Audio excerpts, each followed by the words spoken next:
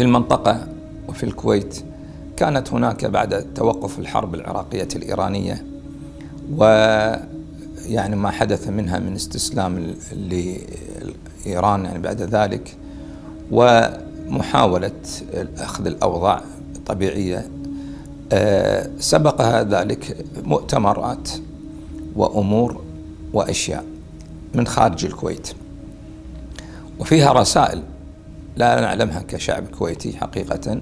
لربما هناك تلميحات بتوجهات التي هي في نفس صدام بالتوسع، خاصة انتهى من معركة فيها أشياء فيها خسائر مالية وغيرها.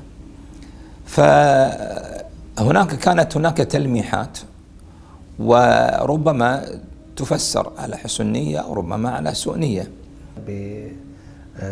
صدام حسين يعني يعاتب الكويت على أنها ما تساعده في سداد بعض الديون اللي عليه بشراء الأسلحة في وقت الحرب وغيرها من الأمور، ومنها مثلا سرقة النفط العراقي، ومنها اعتداء الكويتيين على الحدود العراقية. طبعا هذا كله غير صحيح، يعني لا يمكن يعتدي الصغير على الكبير. نتكلم عن دولة صغيرة والعراق دولة كبيرة. شكوى على دولة الكويت من أن الكويت سرقت حقل رميلة النفطي كما يزعم، ويعني نسي موقف دولة الكويت من دعم يعني المالي والدعم الذي وقفت الشعبي لحرب التي كانت بين العراق وإيران. حقيقة هذا التهديد أدى إلى تدخل دول عربية شقيقة على رأسها الرئيس يعني الراحل الله يرحمه حسني مبارك، وطبعا الملك فهد ودول مجلس التعاون، محاولة للتهدئة ويعني لكن حقيقة تم استغفاله والكذب والمراوغة على أنها ليس هناك يعني نية لغزو الكويت. الأحداث اللي قبله كان اجتماع اللي في جدة الشيخ سعد الله يرحمه مع القيادة العراقية، لكن كنا متفائلين لأن حكمة الحكومة الكويتية في أدارت أزمات غير أزمة الكويت. يعني في غير الكويت كانت تدير أزمات وتنجح، فكنا متفائلين لما قالوا راح يكون الاجتماع يوم السبت يكون في بغداد ثم يعود اجتماع في الكويت، لأن الدبلوماسية أحيانا تعالج أمور كثيرة جدا، ولا كنا نتوقع أن يدخل علينا الجيش العراقي بغتة، لأن يوم الأربعاء كان الاجتماع في جدة، يوم الخميس كان الغزو. يوم الأربعاء كان يوم 1/8/1990 وكان يوم عاشوراء، والناس في الكويت صايمين هذا اليوم. في الساعة 11 مساء أنا سمعت خبر من إذاعة مونte كارلو يفيد بأن المحادثات في جدة قد فشلت، وأنا من خبرتي بالنظام العراقي في ذاك الوقت أعرف أن ردود فعله غير متوازنة، ففي الحقيقة توقعت النتائج اللي سوف تحصل للكويت من بعد هذا اللقاء وبعد فشل المحادثات في جدة. فلم أنم هذه الليلة صراحة، ما نمت، لأني أعرف راح تصير مشكلة كبيرة. ففتحت على كان عندي طبعا ما في دشات ذاك الوقت، كان في الأريل يوصل العراق، فحطيت على العراق وبدأت أتابع. الله أكبر. أيها الشعب العراقي العظيم، يا درة تاج العرب ورمز عزتهم واقتدارهم وعقال رؤوسهم. في ليلة من الليالي كنت في مركز يعني في الجيش الكويتي، وتلقينا اتصال وسلمت هذا التليفون، كوني أنا لست يعني في قيادة الجيش، لكن كنت في ذاك اليوم سلمت التليفون إلى المسؤول عن هذا المركز، وسمعت بإذني ما قاله المسؤول إلى قيادة الجيش من أن هناك دبابات محمولة على شاحنات أرتال، أي على شكل قافلة متجهة إلى منطقة حدودية كويتية عراقية تسمى أم قصر. كل أهل الكويت تقريبا كانوا يعرفون يعني أن في تحركات للجيش العراقي وأن في أمور راح تحصل يعني، وكنا يعني 90% متوقعين الغزو يعني. طبعا في نفس الليلة، ليلة الأربعاء، جاني أحد الأخوة وقال لي: أبو محمد أنت وين مسافر؟ قلت والله بروح السنغال، عندنا مشاريع خيرية وعندنا أعمال ونزور الأخوة هناك ونساعد الفقير والمسكين. قال: أنت مو سامع الأخبار اللي قاعدة تقول إنه يعني احتمال يصير في غزو على الكويت؟ قلت لا إن شاء الله ما كل الخير، وإن شاء الله كما قيل سحابة صيف وتمر إن شاء الله. سبحان الله، بتقدير من الله عز وجل، أنا دائما في سفرياتي لأفريقيا لتقديم أي إغاثة أو أي مشروع بسيط أو مساعدات يعني آخذ معاي ترافل شيك. لكن في هذه الرحلة سبحان الله كأن كان عندي إحساس بأني المفروض آخذ كاش ولا آخذ ترافل شيك. أنا والشباب اللي كبري كنا يعني عندنا ملعب جنب معسكر المغاوير اللي في الجهرة، فكنت ألاحظ يعني الساعة تقريبا على واحدة الساعة 2 بالليل ألاحظ في رمي يعني من جهة الشمال يعني، وحاس إن في شيء مو طبيعي، وأشوف الدوريات تروح وتجي يعني. صليت الفجر يوم الخميس 2/8، وحصل أن بعد الصلاة أن هناك يعني اختراق جوي يسمونه حاجز الصوت. طيارة عسكرية لما يعني تكون مقاتلة تنزل إلى مستوى معين يؤدي إلى صوت حقيقة. استيقظت يعني أول الفجر، يعني بعد ما انتهى الفجر ساعة ونص تقريبا، يعني أقول حق الأهل إن شاء الله تطمنوا إن شاء الله ما في إلا الخير. الوالد رحمه الله يعني فتح إذاعة الكويت، لم يسمع خبر، فتح على كما كان عليه عهده سابقا صوت العرب في مصر، فسمع الخبر من مصر أن العراق دخل الكويت. قربت الأصوات، صارت قريبة جدا يعني، بعد الأصوات مدافع، رمي مدافع. طبعا طريق العبد اللي قريب عندنا تقريبا حوالي 500 متر يعني، أو كيلو أو أقل من كيلو يعني. وقت الفجر كنت أسمع أصوات، إحنا ولا في الخيال أنها تكون هي أصوات مدافع وأصوات قنابل. كان الخيال اللي موجود عندنا كأنها أصوات أشبه بأصوات صدى للبايبات المياه اللي كان في ذاك الوقت. أصواتها تقريبا أشبه بأصوات يعني ولا في البال أن تكون هي أصوات مدافع، وخاصة بالليل والفجر. أنا كنت أصلي في مسجد عبد الله الخلف السعيد في الجهرة، فجاءنا بصوت رشاشات، وهذا ما اعتدناه الصباح. طلعت أنا برا عشان استكشف الأمر. مسجد عبد الله الخلف مو بعيد عن القار، يعني تشوف القار اللي هو شارع يسمونه السفر إلى العراق. أشوف ضوضاء بعيدة كما ما أميزها، ولا ببالي أن الجيش العراقي داش، بعيد مستبعد هذا كله. فجت سيارة من المواطنين، فسألتك شنو، أنا أقول شنو حاصل؟ قال الجيش العراقي دخل الكويت. ريوق الصبح شباب بعد صلاة الفجر بنجمع بنروح، فأحد الأخوة قال ما دريتوا ترى الجيش العراقي دخل الكويت.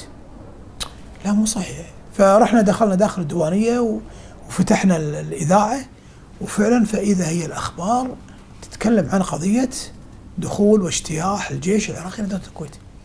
على طول رحت فتحت المذياع أبي أعرف شو الخبر. يعني المذيعين نفسهم ما عارفين، يقول قلاقل أو كذا اشتباكات عند الحدود الشمالية. هي حدود شمالية.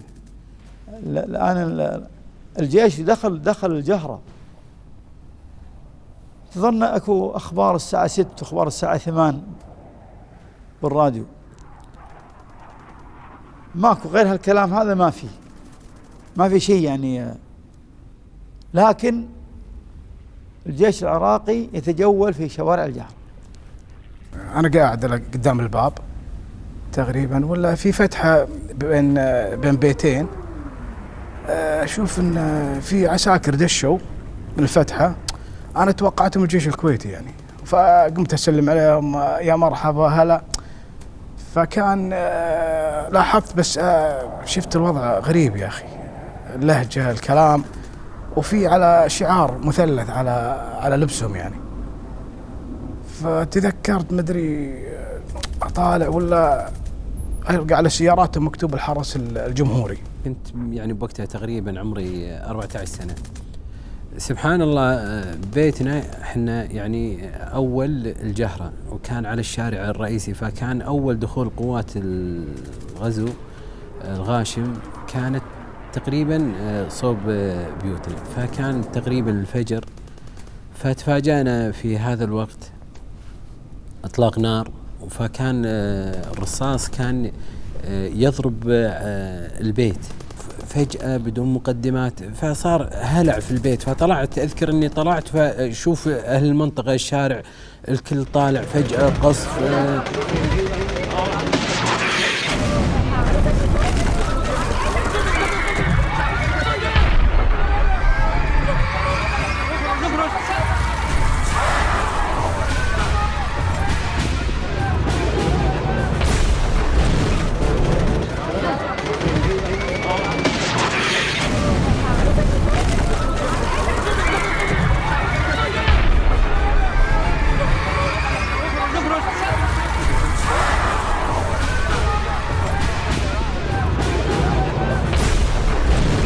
السيارة وطلعنا نحاول نبعد بس عن البيت، لأن كان أغلب الطلقات النارية كانت في اتجاه البيت.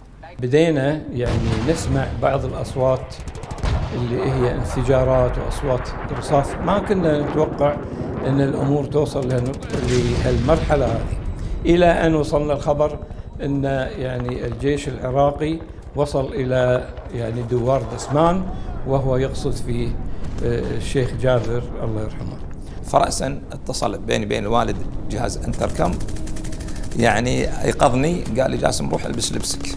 فرأسا لبست لبسي العسكري وخرجت. كان عندي سيارة كراون موديل 85، ولأول مرة في حياتي يعني الدائر الخامس هذا إلى المعسكر في الجيون أن أسوق سياقة 200 سرعة كيلومتر. وصلت خلال بين 5-6 دقائق أنا عند المعسكر. أنا في ذاك الوقت أنا كنت قد قضيت 6 شهور الماضية كمجند. الآن باقي لي 6 شهور أخرى، لأن أنا عندي كان دبلوم في ذاك الوقت.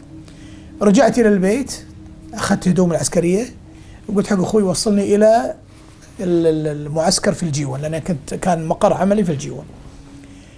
وإحنا في الطريق اعترضتنا دورية كويتية وخبروني بأن وين رايح، متى جيت؟ لا، رايح حق الجيون، أنا مجند. فقالوا الآن ما في أحد يروح الجيون، لأن في هناك ضرب واحتدام شديد بين الجنود العراقيين والجيش الكويتي. اذهب إلى المعسكر الإمداد والتموين وهناك التحق. وفعلا كان توجهت إلى هناك مع أخوي بسيارة الوالد الله يغفر له. يوم وصلنا هناك فإذا العسكر عند البوابة، نعم والله أنا مجند جاي التحق. ما في أحد يلتحق الحين، ارجع إلى بيتك، الآن الوضع خلاص يعني مرحلة كما يقال الصفر. الشعب الكويتي تلقى هذه الأزمة أو هذه الكارثة بشيء من الصدمة. يعني ما كان يتوقع أن هذا الجار المسلم العربي الذي بيننا وبينهم نسب، يعني في كثير من العوائل تتزوج من العراق والعكس. فمع الأسف فوجئوا يعني يوم 2/8 القوات العراقية في الكويت. يعني أنا أذكر الساعة 7 الصبح يوم الخميس طالع من بيتي ورايح بسحب فلوس من بيت التموين على الدائري السادس، الدبابات العراقية على الدائري السادس الساعة 7 الصبح. فعلى طول جيت للبيت ولا اتصالات تجيني من داخل البلد، شو اللي حاصل في الجهرة؟ قلت له الجهرة العراقيين تارسين الجهرة إلى لما وصلوا مثل مناطق داخل، مثل نقول كيفان، الفيحة، المناطق هذه، عبد الله السالم. لكن هم كانوا يعني استغلوا الوقت هذا اللي ما وصلهم الجيش العراقي، فغيروا أسماء المناطق، شالوا أسماء الشوارع، أرقامها، فخلوا المنطقة مبهمة. إذا كانوا جايين لشخص معين بعنوان معين ما يستطيعون الوصول له، وما كل يوم مثل اللوكيشن هذا اللي قاعد يوصلك. أحد الأشياء الضرورية أن نبعد الشبهة عن العسكريين أن غيرنا الهويات، فدائما الهويات الموجودة ما تبين أن هذا عسكري أو غيره. حتى اللبس العسكري تخلصوا منه بطريقة ما، لأنه ممكن لو تبين أنه عسكري ممكن أن يعتقل. يعني كنا ناويين نطلع يعني الفترة هذه، نطلع يعني يا السعودية يا عن طريق عن طريق يا طريق السالم يا انه يصيب، بس اتوقع كنا راح نطلع عن طريق انه يصيب. اول ما مرينا صليبيخات، مرينا معسكر الحرس الوطني الكويتي. لاحظت ان على 6 الفجر كذي او 6 ونص ان فيه الشاحنات ومدرعات مال الجيش العراقي سابقتنا. انا استغربت يعني شلون، غريبة يعني، واصلين المعسكر يعني وقاعدين في يعني ياخذون مراكز يعني، فأشوى ما بدا الرمي. تو أنا بعدين دريت إنه صار رمي، لكن الفترة هذه قاعدين يتمركزون. ودخلت فعلا معسكر الجيون وذهبت إلى المكان اللي أنا كان فيه. استلمنا يعني بندقية تسمى الذاتية مع طلقات.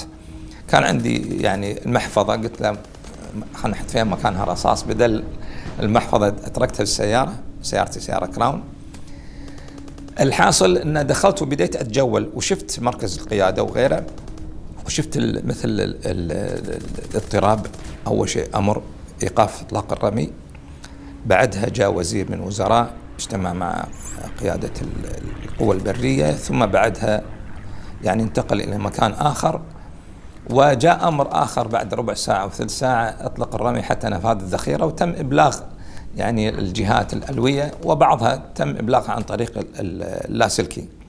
طلعنا بنروح المباركية أساس ناخذ أوراق والمستندات، ولا شارع جمال عبد الناصر، آخر دوار بشارع جمال عبد الناصر لقينا شباب مدنيين وقفونا قالوا ارجعوا، الوضع خطير هناك والجيش العراقي متقدم ومحاول قصر دسمان.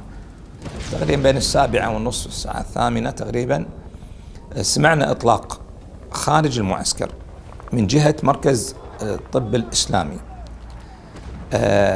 أنا حقيقة انتقلت هنا، هي معسكرات متقاربة متداخلة، فانتقلت من مكان إلى مركز التوجيه المعنوي. كنت أبي أشوف ماذا يحدث، لأن الجدار 3 أمتار، ما ندري ماذا يحصل بعد يعني خلف الجدار أسوار. فالشاهد سبحان الله كان في مسرح مال التوجيه المعنوي كنت أشوفه، لكن شفت أنه مكان بعيد. رأيت مكان آخر مثل ما نقول إحنا شبرة، نويت أني أصعد فيها، لكن فترة ما صعدت بصعد فيها فإذا يبدو كما سمعت من الأخوة في دبابة كان عراقية مرة، كانت هناك مصفحة في مدخل يعني معسكر الجيون، بادرت بالضرب، لكن يعني مصفحة ما عندها يعني ما يخترق الدبابة العراقية، تحتاج إلى RPG أو يعني مدفعية خاصة، لأن صفائح الدبابة العراقية روسية الصنع قوية. فبادرت الدبابة العراقية بضرب المصفحة فشطرتها شطرين، إلى أن أيضا المكان المفروض اللي كان أكون فيه فوق المسرح التوجيه المعنوي ضربت الأخوة اللي كانوا موجودين، اللي كان المفروض أكون معهم، يعني إن شاء الله عز وجل يتقطعون أشلاء. وبالفعل سافرنا، رحنا ونزلنا في جدة بالليل. طبعا سفرتنا كانت متى؟ سفرتنا في اليوم الثاني اللي هو يوم الخميس اللي هو يوم الغزو. طيارة تقلع الساعة 7 صباحا، لازم احنا نكون في المطار الساعة كم؟ الساعة 5.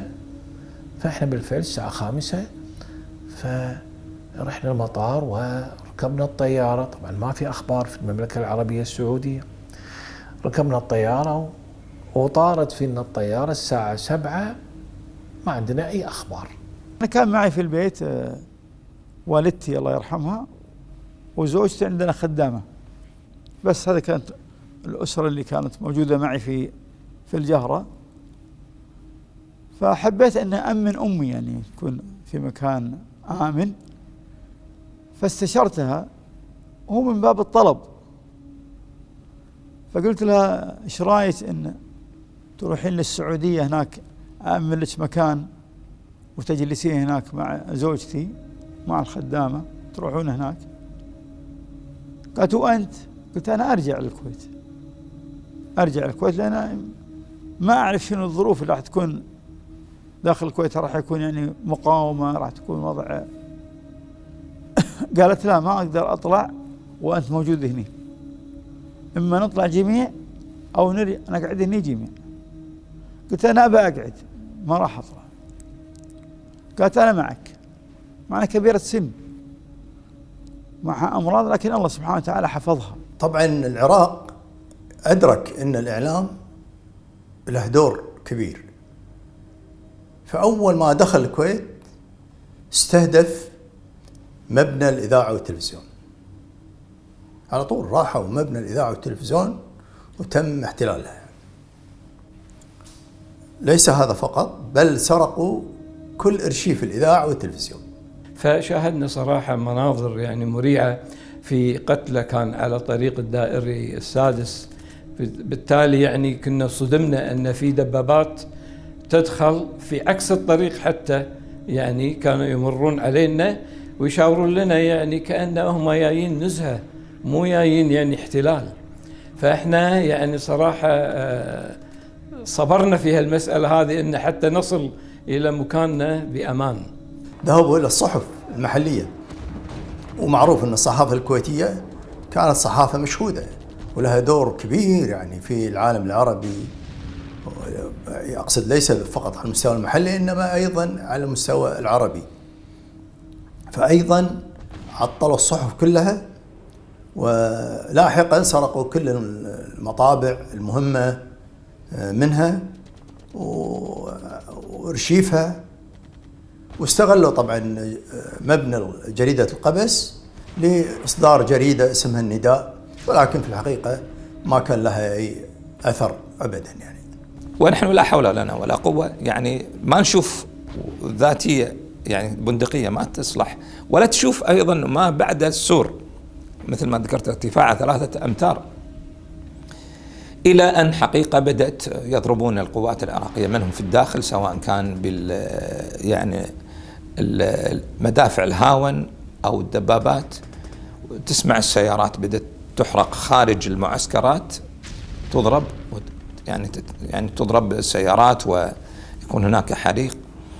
ظلينا حقيقة أذكر لي صلاة الظهر، الشاهد جلسنا مكثنا في المسجد، جمعنا الظهر والعصر، وظلينا إلى أن جانا أمر بالانسحاب من طبعا الجيون عبارة عن معسكرات متداخلة.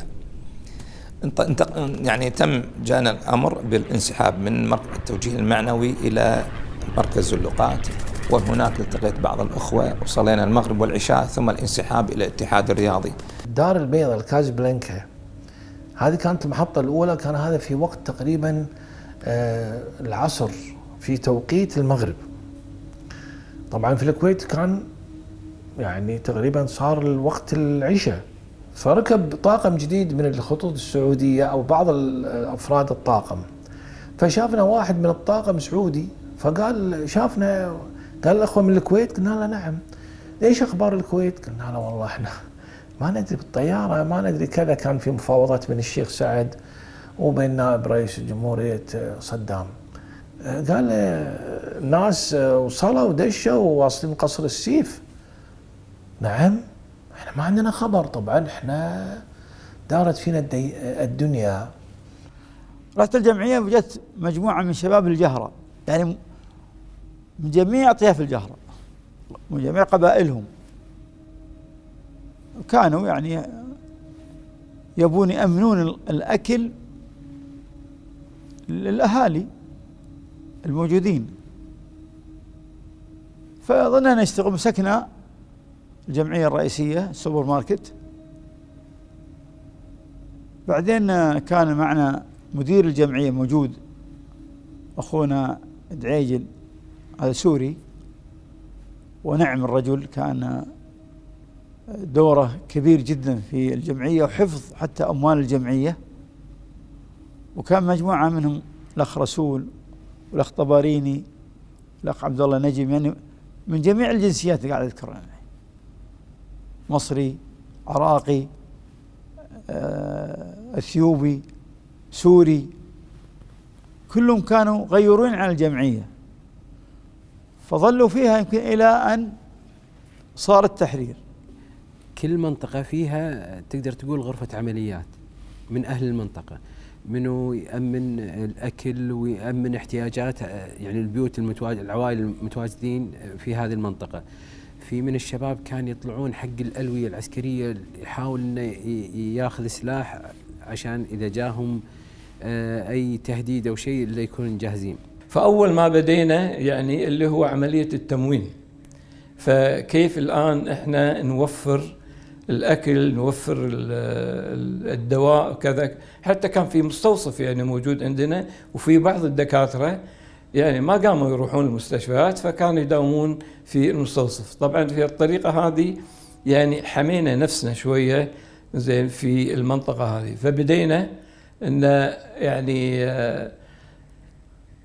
نحط يعني بعض المفاهيم الدولة مثل ما نقول المصغرة هذه. طبعا كل عنصر من عناصر الحياة كان له دور.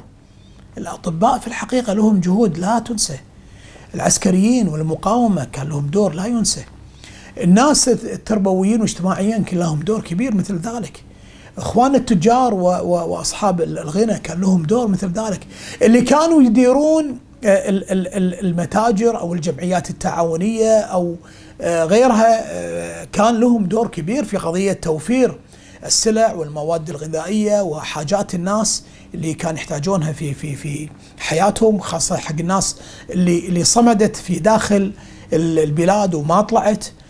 كان في الحقيقة دورهم جبار وكبير. وأنا لما أتكلم ترى في قضية الدعوة والمشايخ والعلماء، ما أعني أنهم قاعدين في المساجد مو قاعد يتحركون، لا، هناك من دعاة الله عز وجل كانوا مقاومة عسكريين، وكانوا من دعاة الله سبحانه وتعالى توجهوا إلى مساعدة الأطباء، وكان من أخوان دعاة الله عز وجل من كان في التكافل الاجتماعي، ومنهم من دعاة الله عز وجل من كان يعمل في الجمعيات التعاونية، بعضهم اشتغل خباز، ولا بعضهم اشتغل في داخل الجمعية في المخازن، أو بعضهم كاشير يحاسب الناس، أو بعضهم صار يسوق الله يكرمكم السيارات البلدية على أساس إزالة النفايات يعني أمور الزبائن الله يكرمنا وإياكم، حتى إخراجها إلى خارج المناطق حتى لا تكون هناك ملوثات وأمراض. أدوار متعددة قام فيها الجميع. تموين مليان مواد غذائية من رز وسكر وحليب وأشياء مهمة جدا، فمسكناها فظلنا نوزع من خلال اللي هو قسم التموين أو فرع التموين. بالبطاقة اللي كانت موجودة أظنها كانت لونها أخضر، في أكو بطاقة قبلها أحمر، كنا نمشي حتى اللي عنده بطاقة حمراء ملغية كذا نمشي ما نوقف أحد، لأن الآن بحاجة الناس الأكل، بحاجة أنهم يعني ما في تمييز الآن، لكن انتفعوا، خاصة لبعض اللي يحبون الخبز والطحين وكذا، إذا يكفيه واحد أعطيه 2 على أساس يكون يكفيه. احنا احنا عارفين المدة اللي تكون فيها الغزو. أئمة المساجد تركوا يعني المساجد، تولينا احنا المسجد مقابل بيتنا مسجد صقر القطان في الجابرية، أنا توليت الإمامة وأخواني أتناوب مع نسيبي الشيخ بدر الفيشاوي الإمامة. وأيضا في موضوع الخطابة، هذا مسجد لم يكن جامع حولناه إلى جامع، فكنت أنا أخطب حقيقة في الجمعة، وأيضا أخواني أخي أحمد رحمة الله عليه كان يؤذن، ويعني أخي عبد الله ومرات نسيبي، وبدينا شوي شوي ننظم أحوال أهل المسجد. فبدينا إحنا في القطعة 3 حطيت لي أنا أنفار يتوزعون في المناطق ويأخذون الأسماء وعدد العوائل وكذا، والأسماء يعني عرفنا يعني كل موجودين الإخوة في القطعة 3، وعرفنا وعدلنا كم سرداب موجود للتخزين. فكان هذا نوع من التموين. فكانت الجمعية التعاونية هي عبارة عن السوق اللي هو لازم نستفيد منه ويستفيد منه اللي موجودين في الخالدية.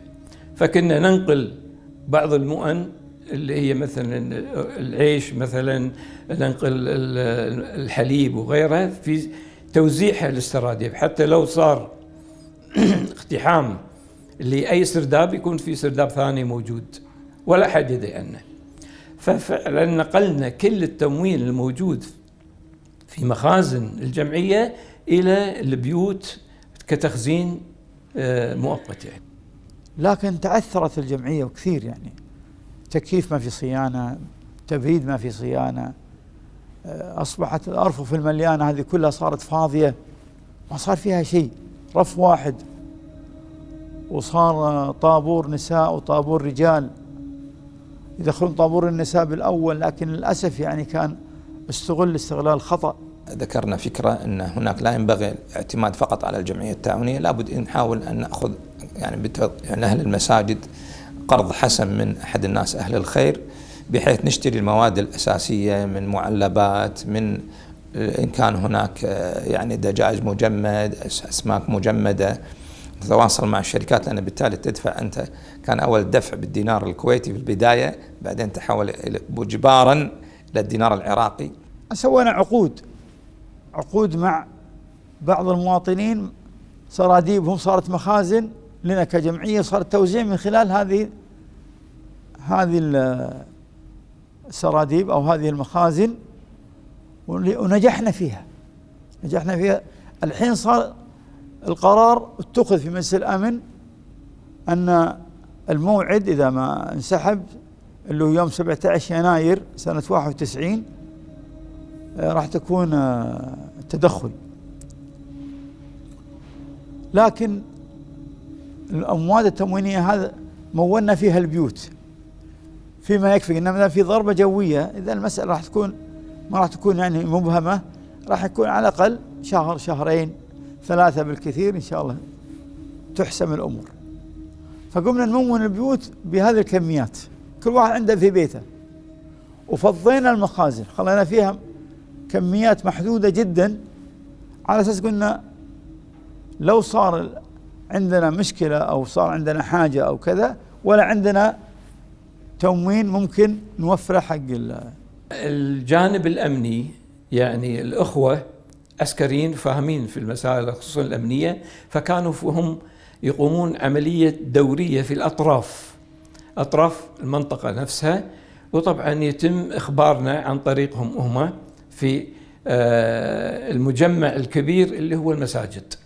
فالمساجد هي الملاذ في الحقيقة اللي يعني الله سبحانه وتعالى يعني وهب لنا إياه. في الخالدية مثلا فيها مساجد كثيرة، وفيها المسجد الجامع اللي هو موجود، هذا هم بعد في الاجتماع واللقاء تمام، وندري ان في مخابرات داخل المسجد وكل شيء. فاحنا حذرين من هالجانب هذا. في ايام الغزو كان المكان اللي يشعرون انه يقويهم ويثبتهم ويزيد معنوياتهم ويخليهم يصبرون على هذا الامر، وقاعد يتلقون كما يقال التوجيه المعنوي اللي يخليهم شلون يتعاملون المعاملة الصحيحة مع هذه الأحداث، كان المسجد. فسبحان الله المساجد امتلأت برجالها وشبابها وذكورها، بل أقول لك ترى كبارها وصغارها كلهم قاموا يجتمعون في المسجد، صار هو مقر أولا تحققت فيها العبادة، والأمر الثاني كان لقاء اجتماعي. شيء ثالث التشاور بين أهل المنطقة الواحدة والحي الواحد. ما أنسى دعاء حقيقة، يقول أحد الأخوة يعني كان الشيخ حفظه الله الشيخ داود العسعوسي، كان دعاء يعني حقيقة عظيم وقوي من القلب. في من الأخوة في منطقة القادسية نسأل الله عز وجل أن يغفر ويرحمه، أخونا أسر وقتل، أخونا نبيل الرشود أخي عزيز علي صديقي، يعني سبب في منطقة القادسية كان فاتحين ميكروفونات وقريب من المخفر، يعني أخذوه واعتقلوا وقتلوه رحمة الله عليه. كان فيه التكافل الاجتماعي حدث من المسجد، وكل هذا بفضل الله عز وجل، ثم بفضل توجيهات اخواننا المشايخ وطلبة العلم ودعاة الله عز وجل اللي كانوا موجودين في بيت الله سبحانه وتعالى، اللي استطاعوا ان يوجدون هذه الروح. بل اقول تعززت مكانة المسجد ترى في ايام الغزو. والحمد لله رب العالمين، اهل الكويت بطبيعتهم يعني اهل تدين واهل خير وناس يحبون الطاعة والعبادة، ولكن كما نعرف دائما المصايب والمشاكل والأحداث تخلي الإنسان يقترب أكثر من ربه عز وجل. وهذا المقصد من قول الله عز وجل: ظهر الفساد في البر والبحر بما كسبت أيدي الناس ليذيقهم بعض الذي عملوا لعلهم يرجعون. الرجوع في مثل هالحالة هو الوضع الطبيعي والإنابة إلى الله عز وجل والتوبة إلى الله عز وجل. إذا كان احنا نقرأ في التاريخ إن إذا حدثت بعض الظواهر الطبيعية اللي تخيف الناس، كما قال الله عز وجل: وما نرسل بالآيات إلا تخويفا، كان الناس يهرعون إلى المساجد، رجالهم بنسائهم بصغارهم، ويستغفرون ويلجؤون الله عز وجل ويرفعون أصواتهم بالاستغفار والتكبير وإظهار الرجوع إلى الله. فالله عز وجل يعني يقلب الأحوال، لأن الأحوال بيد الله عز وجل، هو مالك الملك سبحانه وتعالى. كان قيام الليل والعبادة وفضل الله سبحانه وتعالى، يعني كما قال صلى الله عليه وسلم: عبادة في الهرج كهجرة معي. فعلا والله وبالله وتالله هي الذي طمأنت قلوبنا، هي رفعت معنوياتنا، الصبر والدروس والاعتبار. خطبنا حقيقة الموجهة، كنت أنا أخطب خطب وهي رسائل للتثبيت، تثبيت نفسي وإخواني المصلين أن عاقبة الظالمين. قصة الله ما ذكرنا في قصص القرآن الكريم كيف أهلك الله الظالمين من فرعون وغيره، يعني ولا تحسبن الله غافل عما يعمل الظالمون. طبعا الحكومة الكويتية عندما خرجت بقيادة صاحب السمو الشيخ جابر الأحمد الله يرحمه ويغفر له مع الشيخ سعد، طبعا هذا الخروج كان في الحقيقة خروج رحب فيه كل الكويتيين، بأن هذا الخروج معناه أمل كبير في العودة. فالحكومة في الحقيقة بقيادة صاحب السمو يعني الأمير الشيخ جابر الله يرحمه ويغفر له كان سبب بعد الله سبحانه وتعالى في التخطيط والتجهيز وحفز الهمم من الدول الخليجية والعربية والإسلامية والعالمية للمساهمة في تحرير الكويت، وهذا اللي حصل بفضل الله. الكل كان في هذه الفترة يلتم على القيادة الشرعية، والكل يعني كان مبايع لصاحب السمو الله يرحمه الشيخ جابر الأحمد الصباح، والكل مصطف على هذه الراية وهذه القيادة، قيادتنا آل صباح عسى الله يحفظهم. فكانوا يعني الكل يقول يعني شلون مثلا دولة عليها غزو والشعب طالع ويمشي لهم معاشات. فكانت حكومتنا يعني، وهذا يعني عهدنا فيهم، ما أول ما يفكرون بالشعب، فكانوا يصرفون لنا معاشات وكانوا الإعانات الغذائية هذه، فلا الحمد ما خلونا نحتاج لأي شيء. ولي الأمر مو حاكم بس يأمر وينهى، ولي الأمر يظهر في الأزمات. لو ما عندك ولي أمر في الأزمة، لو قبض عليه في الأزمة لتغيرت الحال.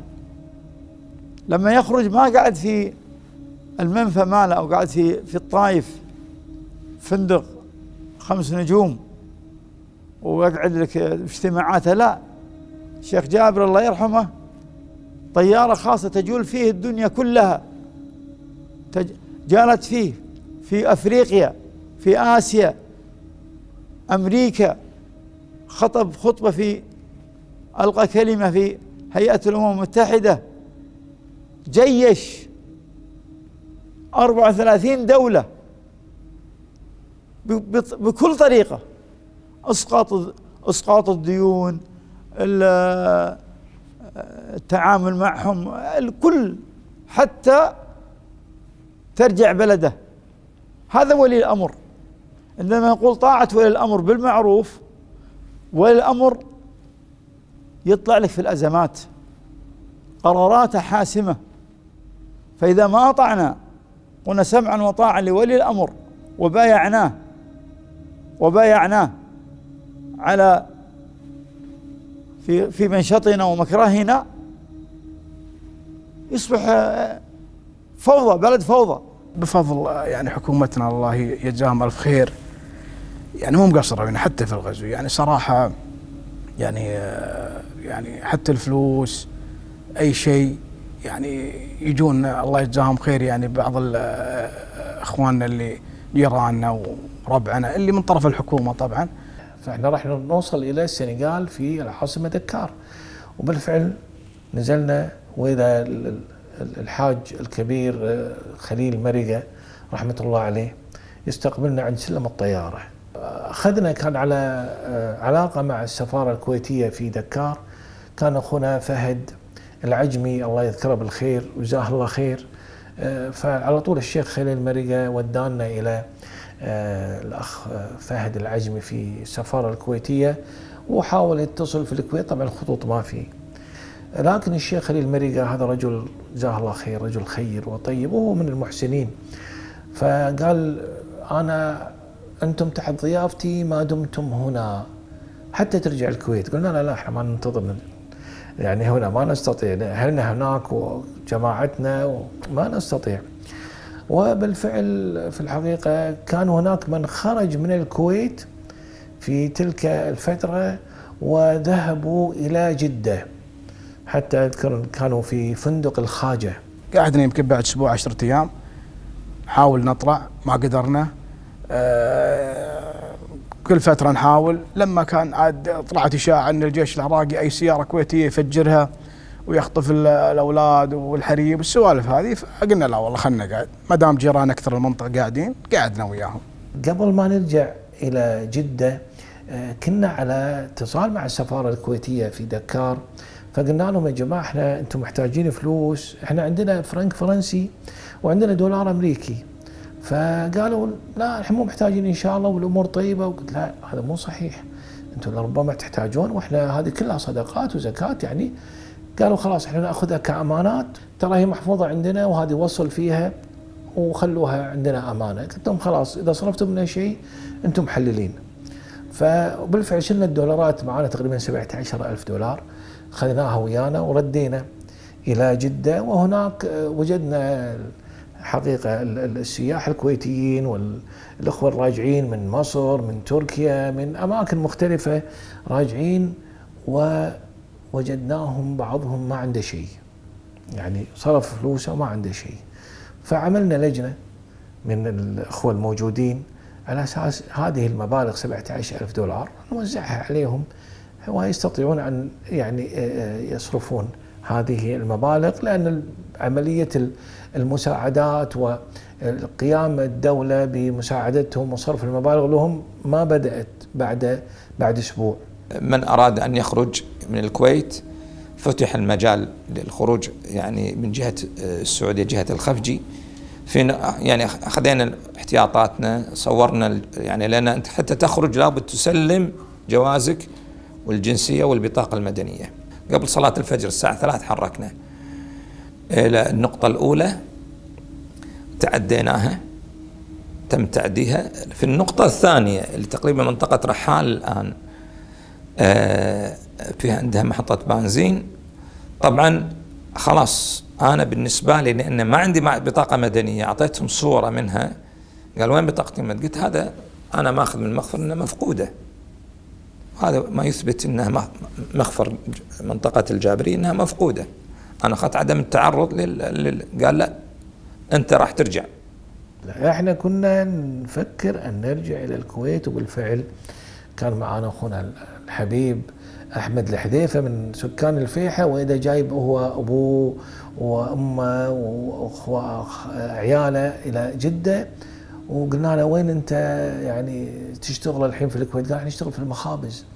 قلنا له طيب نقدر نرجع الكويت؟ قال انا باكر الصبح راجع الكويت. فقال اخونا محمد العوضي قال كان صدام بينسحب يوم الاحد وكذا فما في داعي. قلت له والله انا ما استطيع اجلس، انا ارجع الكويت باي طريقه. فقال خلاص ما دام انت بترجع الكويت انا برجع معك الكويت.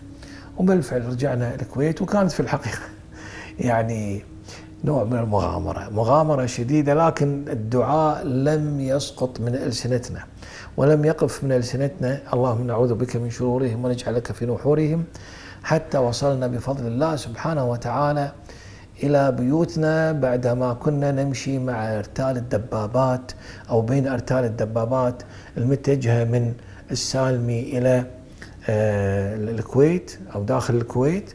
جاني لواء عراقي يقول لي والله احنا منتصرين، يقول هذه تشرشر وراحت مات رئيسة وزراء بريطانيا والدور على بوش. قلت والله، يقول لي والله احنا منتصرين تخترقون العراق. الكويت يقصد اللي يسموها محافظة 19. فأنا رديت عليه قلت له النصر ليس من عندك ولا من عندي، الله تعالى يقول في كتاب الكريم وما النصر إلا من عند الله، وقال تعالى وإن تنصروا الله ينصركم ويثبت أقدامكم. فالنصر ليس بالعدة والعتاد، أما النصر بتوفيق من الله. إن كنت مع الله فالله ينصرك، وإن كنت ليس مع الله فالله لا ينصرك. طبعا ألجمت بهذا الكلام رب العالمين، وهذا سبحان الله أن تفاجأ من جرأتي وباستدلال الآيات القرآنية فربط الله على لسانه. أخوي ثامر كان ضابط في الجيش، لما التحق خذوه أسير، فدخل الأسر، فقعد فترة الغزو طلع فيسولفنا قصة أسرة، فيقول ما رضينا أن احنا مثلا نقط ملابسنا وأن نسلم أنفسنا، وخاصة أنهم قيادات فأبوا على أنفسهم إلا أن تكون الرتبة على كتوفهم. فيقول كان يجونا ناس يزوروننا ويعطونا فلوس، فيقول هذه يعني من الحكومة. فكانت الحكومة حتى ترسل فلوس حتى الأسرة داخل الأسر، ما نسيت حتى الأسرة. فيقول يعني حاولوا أن في هذه الفترة أن يعذبونا، حاولوا أن أحد يحاول أن يصير معاهم، أن يكون معاهم في حكومة اللي صارت الحكومة المؤقتة، أن يبونهم يتعاونون. فيقول كنا دائما نقول لهم عندكم رصاصة واحدة اذبحني ولا إني أتعاون معاكم. الجانب الأمني كذلك لازم هو يقوم في عملية استقصاء بعض الناس اللي عليهم شكوك في الموجودين اللي دخلوا من بعد في الخالدية وما عارفينهم. احنا عارفين مثلا الأخوة، عارفين العوائل، عارفين كلنا بعض. فالغريب اللي ميجي يكون عليه النظر والمتابعة الأمنية. فإذا فعلا واحد عنده اتصال مع المخابرات كذا ممكن يقضى عليه.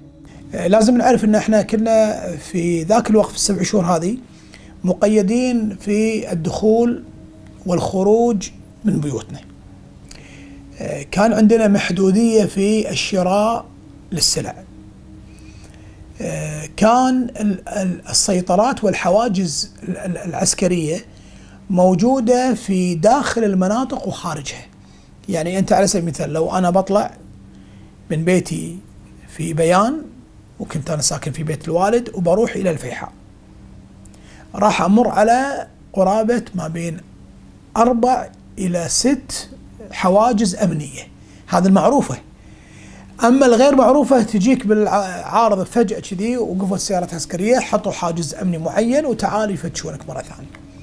تعال شوف المضايقة في عند هذه الحواجز، تعال شوف قلة الأدب والإساءة، تعال شوف الإهانة في هذا المكان، تعال شوف الابتزاز لك. عجبتهم سيارتك انزل، عجبهم الأغراض في سيارتك ياخذونها. أنت رايح حق السوق ولا رايح حق الجمعية وماخذ أغراض حق البيت، ما في مانع ياخذون الأغراض كلها، ما يخلوا لك شيء، نصها ربعها. فأنت دائما في الحقيقة تطلع وأنت خايف وترجع وأنت خايف. وطبعا أهلك الحريم والنساء كانوا بالبيوت ما يطلعون، إلا ما شاء الله عز وجل. يعني القليل أنك تطلع زوجتك ولا أمك ولا أختك معاك برا البيت، إلا لضرورة بتوديها طبيب مستشفى. فواحد من الدكاترة يعني جهز سرداب ماله لغرف كغرف العمليات البسيطة، حتى كانت زوجته هي طبيبة أمراض نساء وولادة، فبالتالي يعني أي ظروف أو حالات ممكن هي تقوم في العمل هذا. وفعلا يعني جهزنا احنا سرداب، وكثير من الجهات وزودتنا ببعض الطاولات والكراسي وغيرها، فيعني جهزنا المكان. كنا نضطر نحترق عفوا أجلكم الله الزبالة في الحاويات، كانت حاوية حديد، لكن نسيبي جزاه الله خير قال بدل ما نحرق هناك سمعنا في مكان موجودة سيارات الزبالة أجلكم الله، فخرجنا احنا مجموعة أنا ونسيبي وكم واحد من الإخوة، رحنا إلى هذا المستودع اللي فيه سيارات الزبالة، فسكت أنا سيارة الزبالة شاحنة ونسيبي كان يسوق تنكر في ديزل، قلنا حق الشاحنة تحتاج إلى ما في روح محطات، حصلنا تنكر ديزل ونساف صغير، وبفضل الله عز وجل بدينا نمارس دور البلدية. أحد أخواتي خرجناها من الكويت المملكة العربية السعودية، لأن زوجها كان في سفارة الكويت في جمهورية كينيا الصديقة، فخرجناهم إلى المملكة العربية السعودية، ويعني كان عندها بوتيغاز كهربائي، يعني الغاز بدأ ينفذ، فالبوتيغاز الكهربائي هذا استخدمناه في عمل وصناعة الخبز. الناس يجيبون لنا خميرة ويجيبون لنا طحين، واحنا يعني أم محمد جزاها الله خير كانت مجتهدة في عمل الخبز وتوزيعها للأهل والأقارب بقدر المستطاع، وهذا أمر كان فيه نوع من التكافل، ليس فقط على قضية الخبز بل بكل ما يحتاجه الناس من أطعمة ويعني أدوية. كنا نحاول أن نجعل من بيوت بعض الأخوة ومن عرضها بيت الوالد رحمة الله عليه أن يكون مركز لتقديم الخدمات، وهذا بفضل الله سبحانه وتعالى. ففي الحقيقة رأيت صورة من التكافل والانسجام بين الشعب الكويتي وبين الناس بجميع في الحقيقة طبقاتها، وكل واحد خايف على الثاني، كل واحد محب للخير للثاني، كل واحد قاعد يقدم مساعدة للثاني بصورة في الحقيقة يعجز القلم أن يكتبها. فكنا نتفاهم في بعض الرموز يعني للسيطرة على الموقف ونقل بعض المعلومات الموجودة، يعني إذا كان في دخول أو في خروج للجيش العراقي. فكنا يعني نضع بعض الرموز، مثلا يعني أضرب لك مثل أن نقول نسأل شلون الأحوال، شلون الأهل، شلون ضيوفكم. طبعا معروفة شنو المعاني هذه كلها، والله ضيوفنا اليوم حدروا علينا مثلا. هو طبعا كل الاتصالات هذه مراقبة يعني في ذاك الوقت، ولكن احنا بالرموز هذه نعرف الطريقة هذه. فبدينا بعملية الاجتماعات، وكنا بالبداية نحصي الأعداد الموجودة في كل قطعة. الخالدية عبارة عن 4 قطع في الوقت، فكان كل قطعة كأنها مقاطعة صغيرة ولها رئيس، فكنت أنا من الرؤساء الموجودين في القطعة اللي هي قطعة رقم 3. خذينا يعني شاحنة فيها مبردة يعني تبريد، رحنا حق مصلخ الشويخ. أول مرة حقيقة أدخل مصلخ الشويخ، وحقيقة لأول مرة يعني أجد رائحة تسبب الصداع للواحد، يعني أجلكم الله الأشلاء يعني والحاشية، يعني الكرش والأمعاء مرمية بزبالة. وين سبحان الله، لما واحد يحس بالنعمة الآن وما قبل الغزو، كيف البلدية تنظف هذه المسالخ، يكفي هذه الرائحة والله تسبب الصداع بل الترجيع. فعلا أول مرة أذكر أخذت 30 رأس، رجعت استفرقت أجلكم الله. ثاني مرة 40 رأس رجعت. ثالث مرة 60 رأس، لكن تعودنا، أصبحت مثل الكلونيا، يعني تعودنا على الريحة صارت هناك مناعة. العم العم هو زوج أم محمد، زوجتي محمد ناصر الحمدان رحمه الله تعالى، كان يسكن في البيت الوحدة في منطقة الفنطاس، وكنت أنا مع يعني أم محمد نروح له، وحتى عملنا له يعني مثل ما يقول وجبات، لأنه ما في كان عنده أحد خلاص، وهو رافض يطلع من البيت. أبناء خرجوا وطلعوا. حتى في أحد الجمعيات التعاونية داخل اتصلوا فيني قال عندنا 50 كيس رز، الكيس 70 كيلو، 50 كيس والكيس 70 كيلو، شلون دخله الجهرة، وفي نقاط تفتيش طول الطريق. لكن الله هدانا لطريقة بأن كل اثنين يروحون بسيارة وأعطيهم ورقة للشخص اللي اتصل فيني، يعطيهم 5 أكياس للسايق واللي معه، و3 أسر ثانية محسوبة لهم. فوزعنا 50 كيس ل50 أسرة، ونجحت الفكرة ودخلوا يعطيهم هناك وصل أنه هذا مشترينا من المكان الفلاني حسس ما يصادرونه. صار هناك بفضل الله ترتيب يعني سري أيضا، بحيث أنه يكون هناك مردود للمبيعات، سواء كانت من خلال محطات البنزين ومن يديرها. أصبحت هناك أموال، وبعض من تبرع من أهل الخير تصل إلى أحد جيراننا، فكان مسؤول عن منطقة الجابرية، وأنا مسؤول عن قطعة 8 تحديدا. أستلم أول واحد وبعدين آخرين أخوي يستلمون. فأنا يقول لي أسمع، وأجلس أنا وزوجتي نعد الفلوس ونضع السير وأضعه في، يعني إذا كنت أريد أوزع ما أبلغ أحد، ما أصلي إمام، أتفق من يصلي خلف مكاني الإمام، وأدخل أكون أنا طرف الصف، يكون أنا في عندي مثلا مبلغ 500 حق أسرتين على اليمين، حاط عندي الجيب اليمين في مخبات صغيرة حق أسرتين، هي حق أسرتين، ما أسلمهم مباشرة وهم خارجين جهة المواضي، أمسك واحد واحد وأوصيهم ألا يبلغون أحد.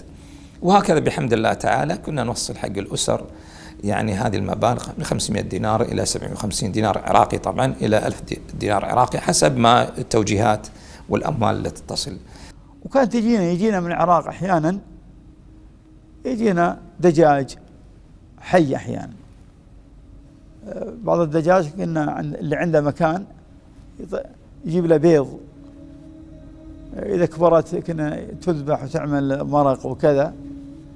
يجينا برتقال، يجينا ذبايح لحم وكذا، لكنها ضعيفة جدا، يعني ماكو شيء يعني قرع.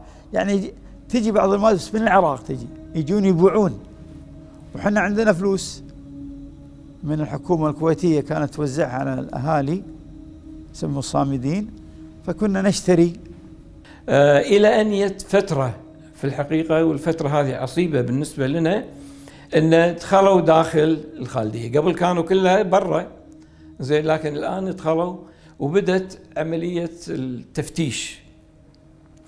فكان أول تفتيش يدخلون على جميع المنازل الموجودة أو أغلبها. فإحنا اضطرينا أن نرجع بعض الأدوية، خوف أن يجون يشوفونها يقولون أنتم عندكم مستشفى ولا عندكم كذا تعالجون الجرحى واللي إطلاق عليهم النار وكذا وكذا.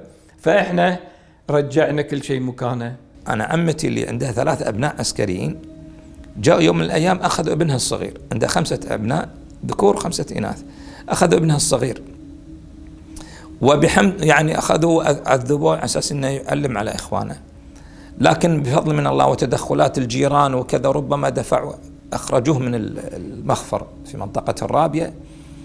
يعني طبعا اتصلوا عليه قال إحنا بنجيب لك فلان عندك، وفعلا قلت حياه الله، بيته بيت خاله بيته.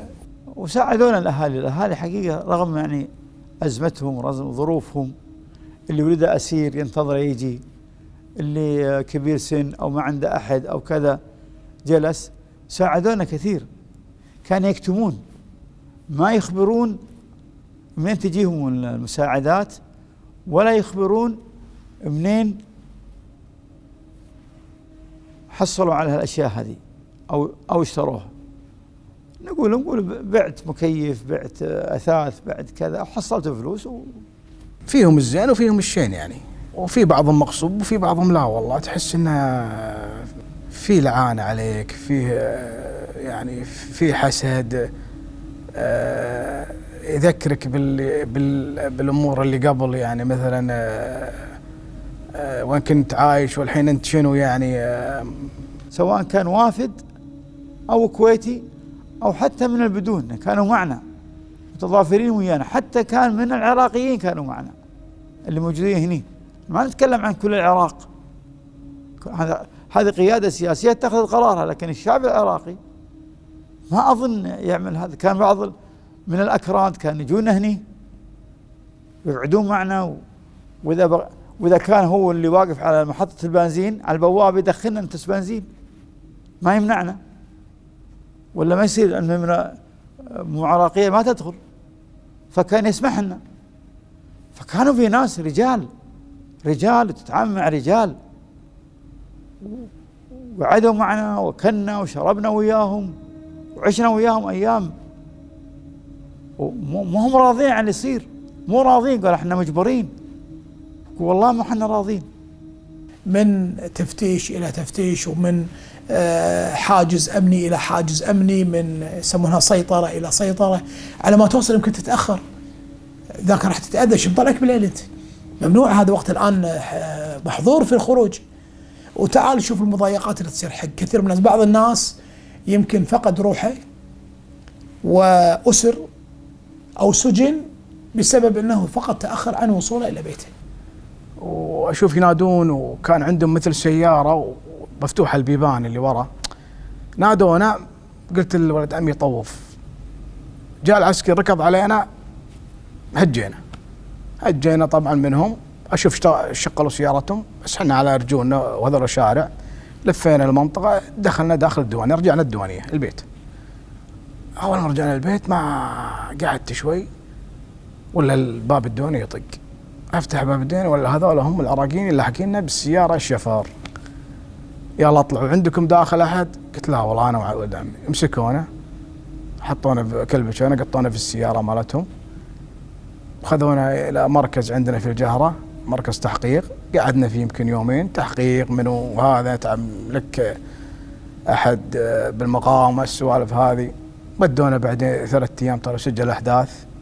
كنت أرى بعيني، أذهب إلى جمعية يعني بنك الدم، كان هناك جمعية الهلال الأحمر ماسكين أيضا، وكنت أتواصل، كنت أشوف الألبومات، صور كيف كانوا يقتلونهم. كان يقتلونهم أول إما ضربة بالرصاص وإما بالمادة الأسيد هذه الحارقة. وهذا رجل كبير سن حاط صورة الشيخ جابر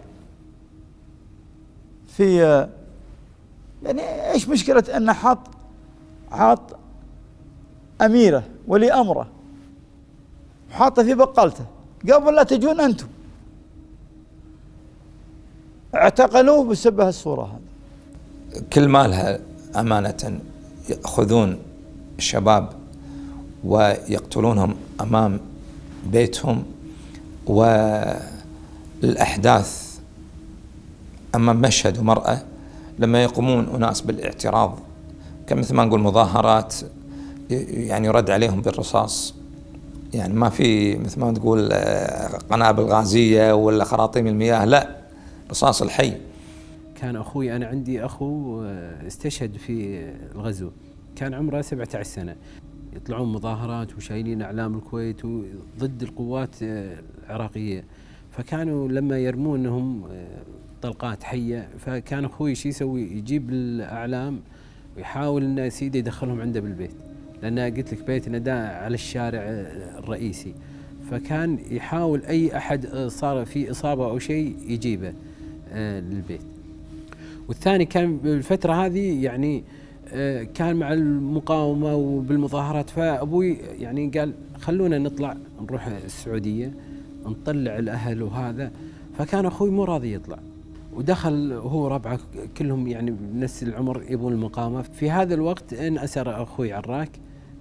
طبعا ما جتنا معلومات، بعدين بعد التحرير وصلتنا معلومات انه كان موجود شافوه بالأسر، هو حطوهم البداية لأن ما وصلت الرفات كانوا مفقودين. توصلنا من الأخبار إنه كانوا يعذبون في السجن لأنهم هم المقاومة. يعني الفترة الأخيرة من الغزو كان يعتقلون مجموعة ويلا ودوهم أسرى في ذلك الوقت. فإحنا يعني هم عملنا استعدادنا لهالجانب هذا، إن سوينا مخابئ معينة في البيوت، إن واحد لو حصل إنه يختبئ في هالمكان هذا. من ضمنها حتى يعني عدم سرقة السيارات، فكنا ندخل سيارات في البيوت في اللي هم عندهم مساحة كبيرة، فكنا ندخل السيارات وننزع منها التواير.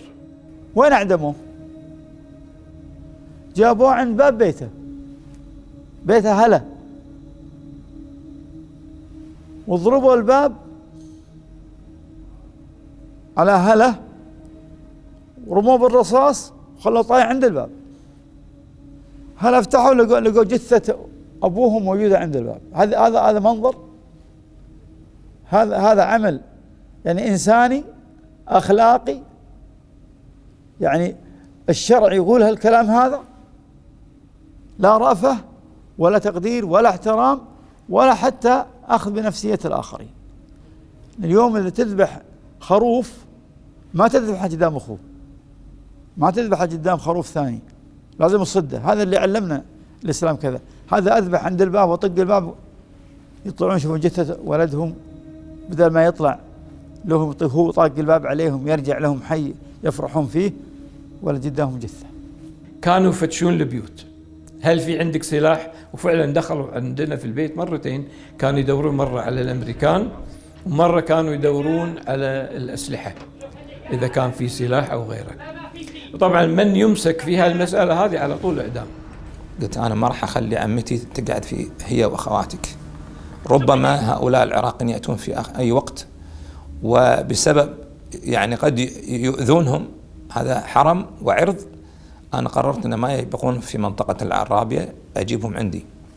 وفعلا زرت عمتي وأبلغتها بهالقرار، قالت لا بيتي وأغراضي. قلت لا، الآن قرار مو قرارك، قرار رجال. قاعد أتكلم أنا عن حالات اغتصاب حدثت، عن حالات حمل سفاح صار، عن حالات قتل، وما استثنوا رجل ولا امرأة، كبير ولا صغير، متدين ولا غير متدين، ايش ما كان طبقته، ما عندهم، لأن هذا النظام ما في رحمة، وهو ما رحم نفسه كقيادات. 8 سنوات الكويت قايمة مع العراق في حربها، أموال الكويت، وتعرض الأمير للاغتيال. سبت هذه الوقفة، نفعل فيكم هالشكل هذا؟ والله ما يفعلها أدنس الرجال، أدنس الرجال ما يفعلونها. صدام حاول يعمل عملية إفراغ الشعب الكويتي بالذكور، يعني بحيث أن يبقى الإناث، أو أن البيوت الفاضية يجيبون أسر عراقية. اتخذنا إحنا إجراءات أن نملأ هذه البيوت الجيران مع الحذر.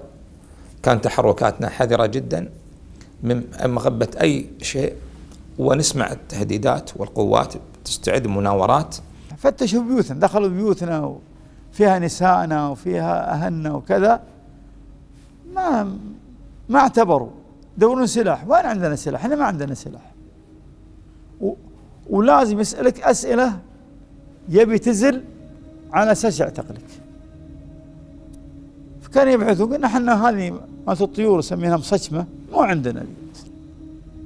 تقول لي رشاش لو عندي ما أعرف استعمله، لو كان عندي ما أعرف استعمله. ايش تبي منه؟ ايش عندي؟ الأسابيع الأخيرة قبل تحرير الكويت، بعد ما صار هناك في سجال عسكري وكذا، قاموا ياخذون الشباب من الشوارع، وخاصة يعني عندنا كان في آخر جمعة الناس طالعة من صلاة الجمعة، تخيل بتروح بيوتها، باصات عند مساجد الجمعة، تعال ياخذ لك الشباب، هذا على الأسر على طول، أسروا وسجنوا، ما مساكين رايحين يأدون عبادة، ما عندهم شيء، عزل. 17/1/91 فإذا تنطلق حرب يعني الجوية، يعني بدأت الحرب بطائرات. أنا سبحان الله يعني لست عسكريا في الأساس، لكن كان توقعي هذا، تبدأ الحرب بالحرب الجوية. وفعلا ضرب رأسا في أول يوم 17/1، احنا تقريبا الساعة 2 أو الساعة 3 درينا في الخبر وفتحنا التلفزيون وشفنا الأخبار. سبحان كان فرحة طبعا لبداية حرب تحرير الكويت، وقد استغرقت تقريبا أكثر من 40 يوم الحرب الجوية. كنا نظن طبعا، كنا نلجأ إلى السراديب جيراننا، لكن بعد 3 أيام عرفنا أن الحرب هذه لا فيها دقة في الضرب، ما تضرب أي منشآت، إنما منشآت عسكرية، مواقع عسكرية، ما تضرب البيوت المناطق المدنية، إنما تضرب المناطق العسكرية العراقية. ففهمنا لما شفنا أمامنا بالتلفزيون كيف أن المربع الزائد يضرب الهدف، سواء الرادارات أو المواقع العسكرية أو المنشآت. يعني هنا صار عندنا طمأنينة أكثر. توقعنا أن يكون هناك هدم البيوت يعني، لكن شفنا الحرب إلكترونية فيها التقنية. طبعا بدأت الحرب الجوية وكنا نشوف الطائرات احنا من فوق السطح وكيف تقصف، وخلاص بدأ الأمل في تحرير الكويت. لكن طبعا امتدت الفترة هذه وكنا نسمع يعني القصف الذي يأتي من الحلفاء، وفي نفس الوقت يعني كنا احنا نرتب الأمور على أساس إن شاء الله في تحرير قريب. ننظم أنفسنا وأن نعتمد على ذاتنا وأن نعمل كل شيء، يعني الخبز والطبخ وغيره، يعني كل هذا بفضل الله والتعاون والتمازج. المجتمع على قلب يعني واحد حير العراقيين. مناظر ما أعجبتك في الغزو؟ نعم، في مناظر كثيرة، كان في مناظر كثيرة أعجبتني في الغزو، منها انسجام الأسر مع بعض. هذا عنده ولد عمره 3 سنوات، صار عمره 4 سنوات، ملابس اللي أبو 4 اللي صار عمره 5 سنوات من بيت ثاني يجي، وأصبح الناس فيها بينها كأنها بيت واحد كله، كأنها كلها بيت واحد، تضافر جهود، ما في أحد يتخلى عن الثاني. مع الزوجة والأطفال، وكان معي كذلك خواتي يعني في البيت، فيعني واحد يعني يطمن الثاني، واحد عضيد الثاني، فهو بالتالي يعني الأمور لما يكون في مفهوم واحد بالنسبة للعائلة تطمئن في هذه الظروف. يعني التوجيه المعنوي وتكثيف الخطاب الديني الإيماني اللي عمق قضية الإيمان بالقضاء والقدر والصبر على أقدار الله عز وجل، حلوه ومره وخيره وشره في نفوس الناس. لأن بعض الناس صار عنده شيء من الاضطراب وشيء من الهلع والخوف اللي أنساه بأنه إنسان مسلم، والمسلم يؤمن بقضاء الله عز وجل وقدره، والأيام دول كما أخبر الله سبحانه وتعالى في كتابه، ولله عز وجل مقادير وأحوال يعني في عباده، والله يقلب الليل والنهار. الكويتيين كانوا يتابعون رسالة الكويت اللي كانت تعد في السعودية، جزاه الله خير. يعني السعودية ساهمت بشكل كبير في تبني الإعلام الكويتي، وكذلك مصر كان في مكتب إعلامي للكويت في مصر، فساهمت السعودية في إيجاد رسالة صوتية تلفزيونية لبث أخبار الكويت ونشرها على كل دول الخليج. فهذه في الحقيقة طمنت الكويتيين في فترة الغزو. تضافر الخليج كله، أبناء يجوا يدافعون عنك، دول سوريا، مصر، بعض الدول جاءت لمناصرتك، بعثوا بأولادهم. 34 دولة جايين منين؟ من بلدانهم جاية لتناصرك أنت.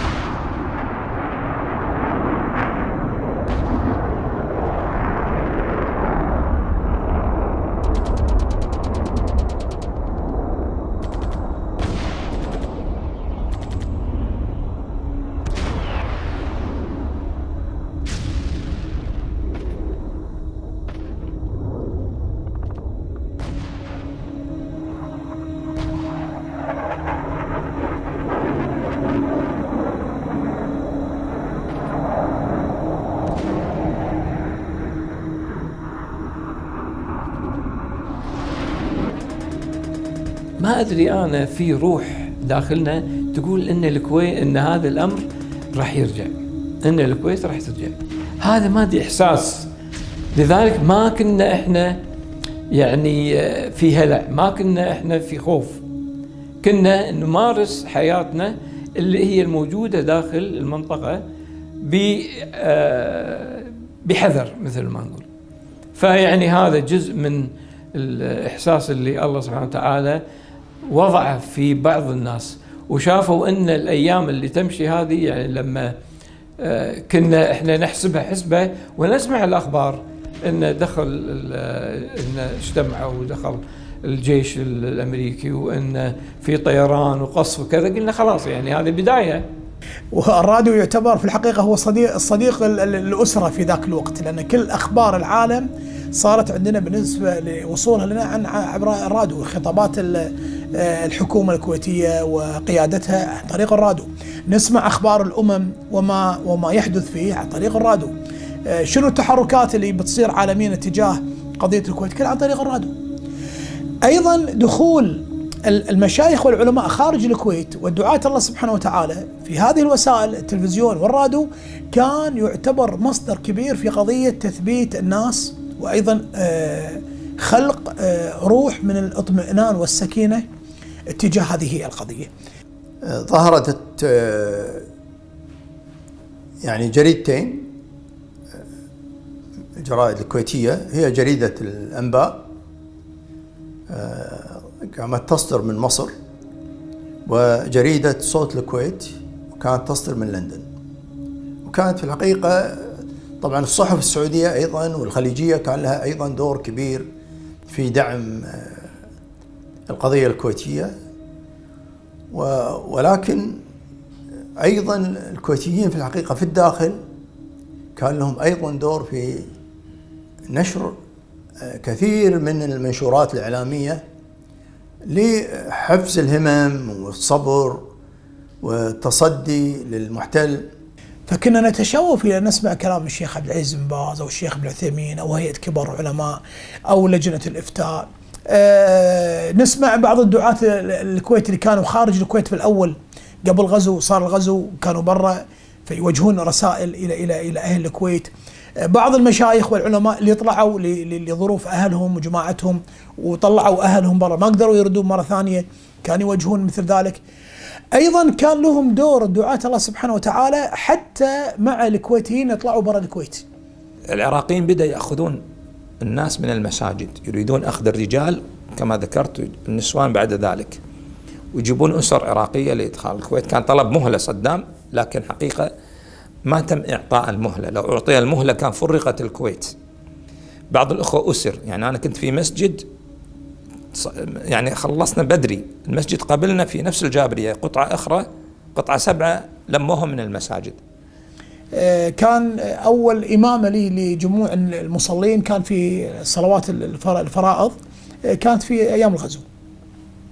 أول مرة أعتلي منبر في حياتي كان في أيام الغزو، إلقائي للدروس والمحاضرات اللي نخلي الناس تثق في الله عز وجل وتؤمن بقضائه وقدره، وأن تتحمل وأن تصبر، أن تكون إيجابية في اتجاه هذه المحنة. كان في أيام الغزو كان عندنا دروس خاصة علمية ما انقطعنا عنها، وشهادة الله يعني يذكر الشيخ أستاذنا وأخونا الكبير الشيخ داود العسعوسي، حفظنا معه سورة الأحزاب والدروس في تفسيرها، وكنا في ديوان أخونا الكريم فهد الحسينان في الفيحاء، كانت لها في الحقيقة دور كبير في قضية إن تزويد الأخوة الدعاة الله عز وجل بطلب العلم ويطلعون للناس إنهم يتكلموا معاهم في هذا العلم اللي تلقوه. أول ما تحرر الجزر اللي من جهة السعودية فتفاءلنا خير، لكن ما زلنا في بيوتنا، لأن آخر أسبوع وهو أشد أسبوع علينا كلنا، كان العراقيين يأسرون الناس بالهوية، كويتي أسير كبير صغير، كان يبي يجمع عدد أسرى كثير على أساس للتبادل أو كذا. فكنت أنا أخطب الجمعة وجيت للمسجد ولا في واحد يقابلني من المواطنين. قال أنا أمس كادوا يقبضون علي، لكن في واحد من اللي وياهم هربني، هربت من صوب المزارع يقول. وقاعدين اليوم يأسرون الكويتيين، يدورون الكويتيين يأسرونهم بأي مكان. واليوم جمعة، فرصة كبيرة جدا أن يحصلون أعداد كبيرة جدا. دشيت المسجد وقت الصلاة، خطبت جمعة قصيرة جدا، صليت صلاة قصيرة، يعني أركان الخطبة أركان الصلاة وافية، وطلعت. الشيخ عبد العزيز الهدى الله يرحمه أهله قالوا لا تطلع، قال لا لازم أطلع، وراح وخطب الجمعة وصلى يمكن ما في 10 دقائق كلها ربع ساعة. عقب ما طلعوا المصلين، جو العراقيين يدورون المصلين بعد ما مشوا. وأنا ذكرت هذا على أساس أنهم جاءوا لقوا فلسطيني موجود ينظف المسجد وكذا، وين المصلين؟ قال المصلين صلوا ومشوا. قال شلون مشوا؟ قال خلصت الصلاة ومشوا راحوا لبيوتهم. واحنا كنا في منطقة النزهة في مسجد ربيعان، الباص اللي كان جنب المسجد عادين حق يختطفون فيه المصلين أو من يخرج من، كان عطلان. يبلغني أحد الأخوة آمر القوة الجوية سابقا ممن شارك في القوة الجوية في تحرير الكويت، يقول كلفوا بمهمة خاصة بإلقاء جهاز يعني يرمى بالطائرة بعدين ينفرش مثل كأنه يعني نبتة برية خضراء، وهذا عبارة عن رادار. وضع يعني هذا في شمال الكويت، أي انسحاب للقوى العراقية يعطي إشارة للأواكس أو الأقمار الصناعية. ليلة التحرير الضرب قوي جدا، لأن بالجهرة حنا هاي يسمونها طريق الموت، كان القصف حنا صوب المطلع نشوفه، ما كانت في بيوت من جهة المطلع، فكنا نشوف القصف. هذا الكلام وين؟ قبل صلاة الفجر. قصف قوي جدا والنار تشتعل. يعني شفت العراقيين في السجن المركزي مرتبكين وخايفين ويلا وطلعونا في الليل، ركبونا الباصات وحنا طالعين من السجن الأحداث، مرينا طلع عن طريق بحيث الصبية، وأشوف طبعا مرابطين عيوننا ومرابطين يدينا وعلينا مثل القصف، قاعد يقصفون علينا.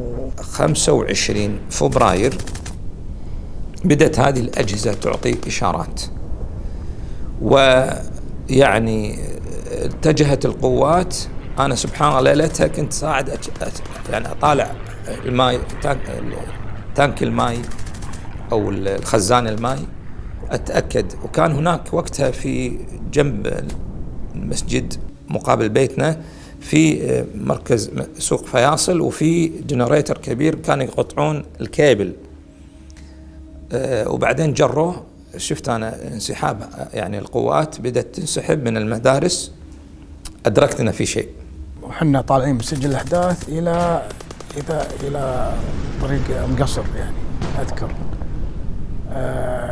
كان القصف يعني حوالينا يمين ويسار، مع أننا معصبين، ولكن النار مو طبيعية علينا. يعني القنابل، العنقود، يسمع العراقيين العنقود لدرجة أنهم يوقفون السيارة الباص وينزلون من الخوف. يعني بعد نص ساعة ما يهدد الرمي يعني يجون يركبون الباص يكملون، لأن الرمي يمين ويسار، بس الله حامينا.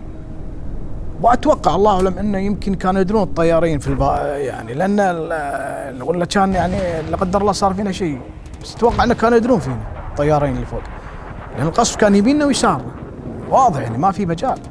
والحمد لله يعني ما جت من هالشظايا، لكن كأنه يعني أعوذ بالله كأنه جهنم يا أخي، خاصة لما العراقي يصيح عنقودي. وصلوا إلى منطقة المطلع، احنا نسميها في الكويت شمال، يعني قريبة من الجهراء. هناك يبدو أن كما ذكر لي الأخ القائد القوة الجوية أن هناك يعني شوارسكوف أخذ قوات ووضعها في الوهاو، قوة مدفعية تضرب مقدمة الجيش المنسحب.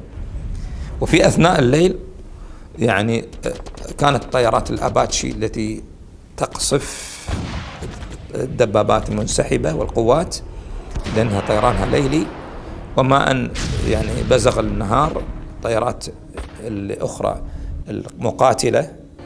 عندما تناقلت الأخبار أن الجيش العراقي انسحب، وإحنا كنا طول الليل البارح في يوم 25 نسمع أصوات الطائرات، صوت الزناجير، الدبابات والآليات، صورة مرعبة. يعني الكويت كلها قاعد تهتز، الكويت كلها قاعد تهتز، شوارعها ضواحيها، وتحس ان في حركة قاعد تصير في داخل المناطق، حتى يحسون ان حركة انسحابية مبين.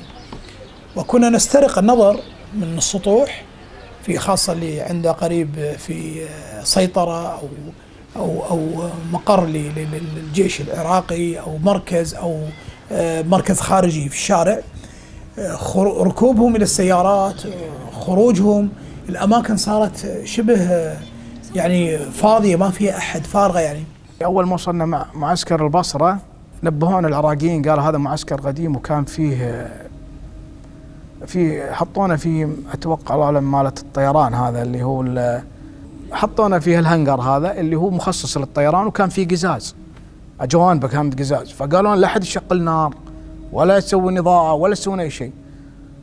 بس المعسكر يوم دخلونا فيه أثار قزاز وتكسير، فكنا ندوس على القزاز. فكان واحد من الشباب الله يجزاه خير كان يشرب سجاير وعنده ولاعة، يعني فمن باب إنه يعني بس نبي نقعد بمكان، يعني ندور مكان نقعد فيه، فشب الولاعة. يوم شب الولاعة ولا العراقيين يصرخون علينا شنو سويتوا فينا، شو سويت فينا. بس يعني ما طولت الولاعة الا يجون يشيلونا يدخلونا وين، يردونا ثاني مرة بالكارجو، يحطونا داخل سيارات الكارجو، وحنا داخل سيارات الكارجو اسمع صوت الصاروخ، اسمع كأنه قاعد متوجه علينا ويضرب سبحان الله آخر الهنجر، هذا الهنجر آخر الهنجر أو الكراج هذا مال الطيارات.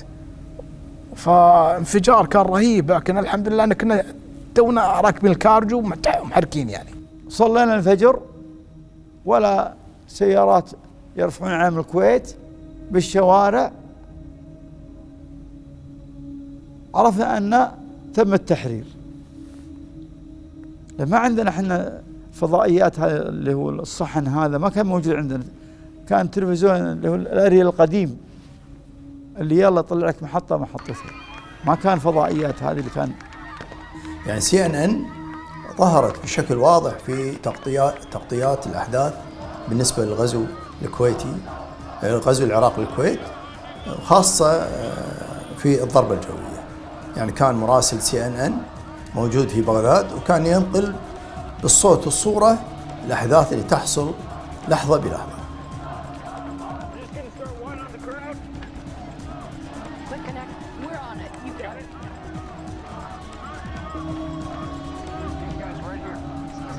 إلى أن تم بفضل من الله سبحانه وتعالى تحرير الكويت ودخول القوات، يعني الكويتية والسعودية والقطرية والمصرية، وبحمد الله تعالى كانت هذه الفرحة الكبيرة العارمة لأن يخرج الناس من بيوتهم. ولا مطلع مليان بشر محروقين، فكان الأهالي حتى النساء اللي تخاف تشوف جثة أمامها تشوف جثة محروقة، هاي يسمونها شارع الموت، لأن ما خلوا أحد يطلع برا المطلع. اللي طلعوا بالليل، عندهم خبر أن الضربة قوية، طلعوا بالليل، خاصة الخاصين منهم المخابرات وكذا أو المخبرين ملوتهم، طلعوهم كله بالليل العشاء، لكن اللي بقى لا ما طلع من الكويت. لكن هذا منظر حقيقة ما كنا نتمناه أبدا، لكن صار فيه نوع من الانتقام، يعني صار فيه نوع من يعني ما حصل لنا الواحد يكون يحس في نفسه، مات أخوه، مات أبوه، ماتت أمه كذا، بعضهم نقص علاج. ولما ترى الانتقام الرباني منهم، هذا ريح كما يقول أثلج الصدور. ما أستطيع أني أوصف لك في الحقيقة المشاعر والجروح والآلام اللي في قلوبنا احنا ككويتيين تجاه هذا الحدث، ولكن أيضا هناك في أشياء ثانية، وهو اختراق للمعاني اللي كان تتكلم بها الدول والرؤساء والحكومات على مستوى الأمة، إن احنا أمة إسلامية، احنا أمة عربية، إن احنا أمة جوار، احنا أمة عهود ومواثيق. كلها رأيتها أنها تبددت بمثل هذا الفعل الجائر، وهو اجتياح الجيوش العراقية بقيادة صدام حسين عليه من الله ما يستحق إلى دولة الكويت الآمنة المطمئنة. ولكن كما يقال لا يصح إلا الصحيح، والله سبحانه وتعالى جعل تأييده ونصره للمظلوم ولأصحاب العدل والحق، فرجع الكيان الكويتي ودولة الكويت بشرعيتها بأمرائها بناسها بعد مأساة دامت 7 شهور. قبل طلوع الشمس جاءنا الخبر بتحرير الكويت وبخروج الناس من البيوت ومن أماكن كثيرة. ما صبحنا على فجر 26 فبراير إلا بفضل الله الأخبار والتكبير والتهليل على نعمة الله سبحانه وتعالى أن حررنا يعني من الغزو الغاشم. ورأينا هذه الآية من آيات الله سبحانه وتعالى بأن الله عز وجل سخر العالمين بفضل منه سبحانه وتعالى وحده، ثم بالبركة أهل الله، أهل القرآن وأهل الطاعة والقيام الليل وذكر الله سبحانه وتعالى. اذكر ربك في الرخاء يذكرك في الشدة. أنا لمست التحرير، مو سمعت التحرير. يعني أنا كنت أخرج بسيارتي في ساحة كذي في البر، يعني في منطقة قريبة من مكة، عشان أسمع الإذاعات وكذا. فشاهدت الطائرات تخرج من أحد القواعد الجوية في جنوب السعودية، أشوفها واضحة، فعرفت أن هذه بداية التحرير. فأنا لمست بداية التحرير، وفعلا رجعت وبشرت أهلي وإخواني إنه خلاص بدأ التحرير، والحمد لله فعلا ما صار بالليل إلا الأمور انتهت. يعني طبعا لا توصف الفرحة، البكاء، معانقة الأهل بعضهم البعض، الجيران مع بعضهم بعض. قمنا أول مرة بعد 7 شهور ننزل الشارع بأمان يعني، وحتى ريحة الجو ذاك اليوم أحس أنها تغيرت، يعني كأني أشم ريحة الجو غير، مع أن ذاك اليوم الجو ملوث. تم إشعال يعني آبار الكويت أول مرة حقيقة. هذا الشمس الحارة الواضحة، أن لا نرى الشمس وقت حريقة، لما يصير هواء الجنوب يكون سواد مظل، يعني حاجز بينك وبين الشمس. أكثر من 700 بير تم حرقها.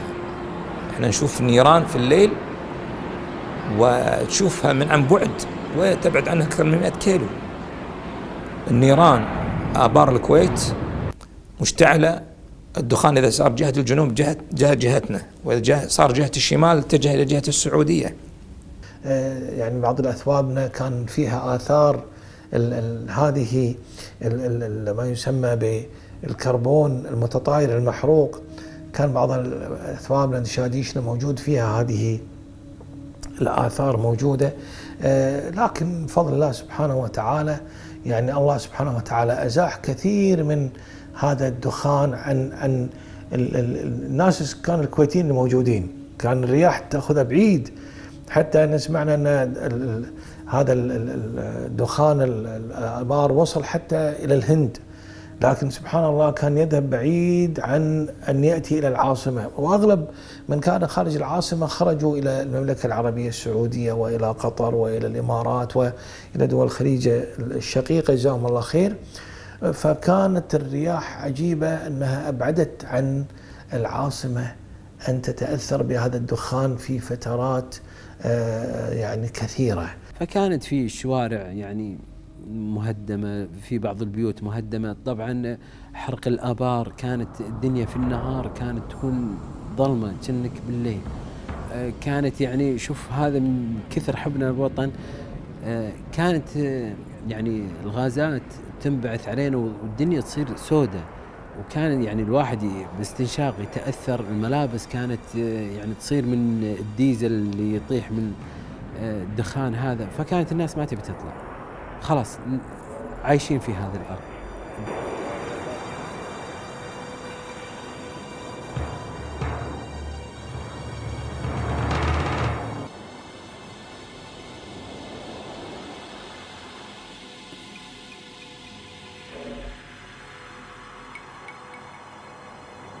محطة أم العيش للأقمار الصناعية والاتصالات حطموها. مراكز كثيرة تعرضت يعني للنهب والسلب وكذلك الحرق.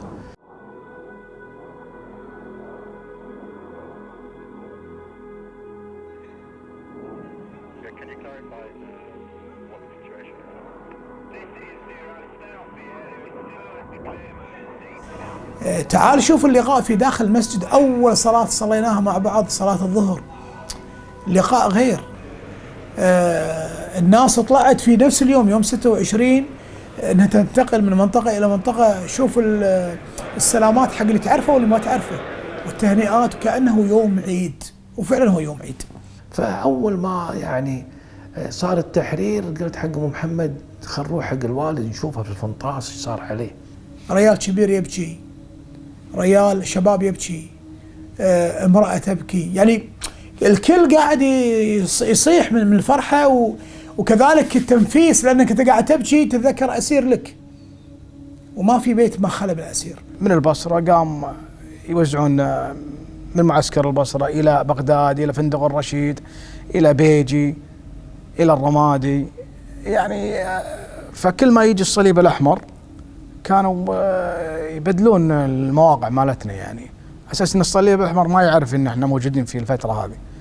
قاعد تبكي على شهداء، ما في واحد إن كان بيت أو جار أو صديق، ما إلا واحد شهداء من المسجونين أو من اللي تعذبوا، أو انقطعت العلاقة، الاتصال بينك وبين أقرب الناس لك. ودك الآن تطلع تروح حق المناطق اللي فيها أهلك وربعك وجماعتك، تتأكد شنو أوضاعهم، لأن خلاص انقطعت الاتصالات بينك وبينهم فترة يعني قرابة 10 أيام أو أسبوعين أو أكثر. كالعراقيين أذكر كنا في فندق الرشيد، كان هو مثلا ما تقول قاعدة الاستخبارات هناك في العراق، هو مركز استخبارات، وكان بالسرداب حنا. أذكر رادو كان مشغلينه الضباط العراقيين، وتكلم على أنه أن الأمريكان وقوات التحالف وصلت إلى بغداد 20 كيلو، هذا أذكره يعني.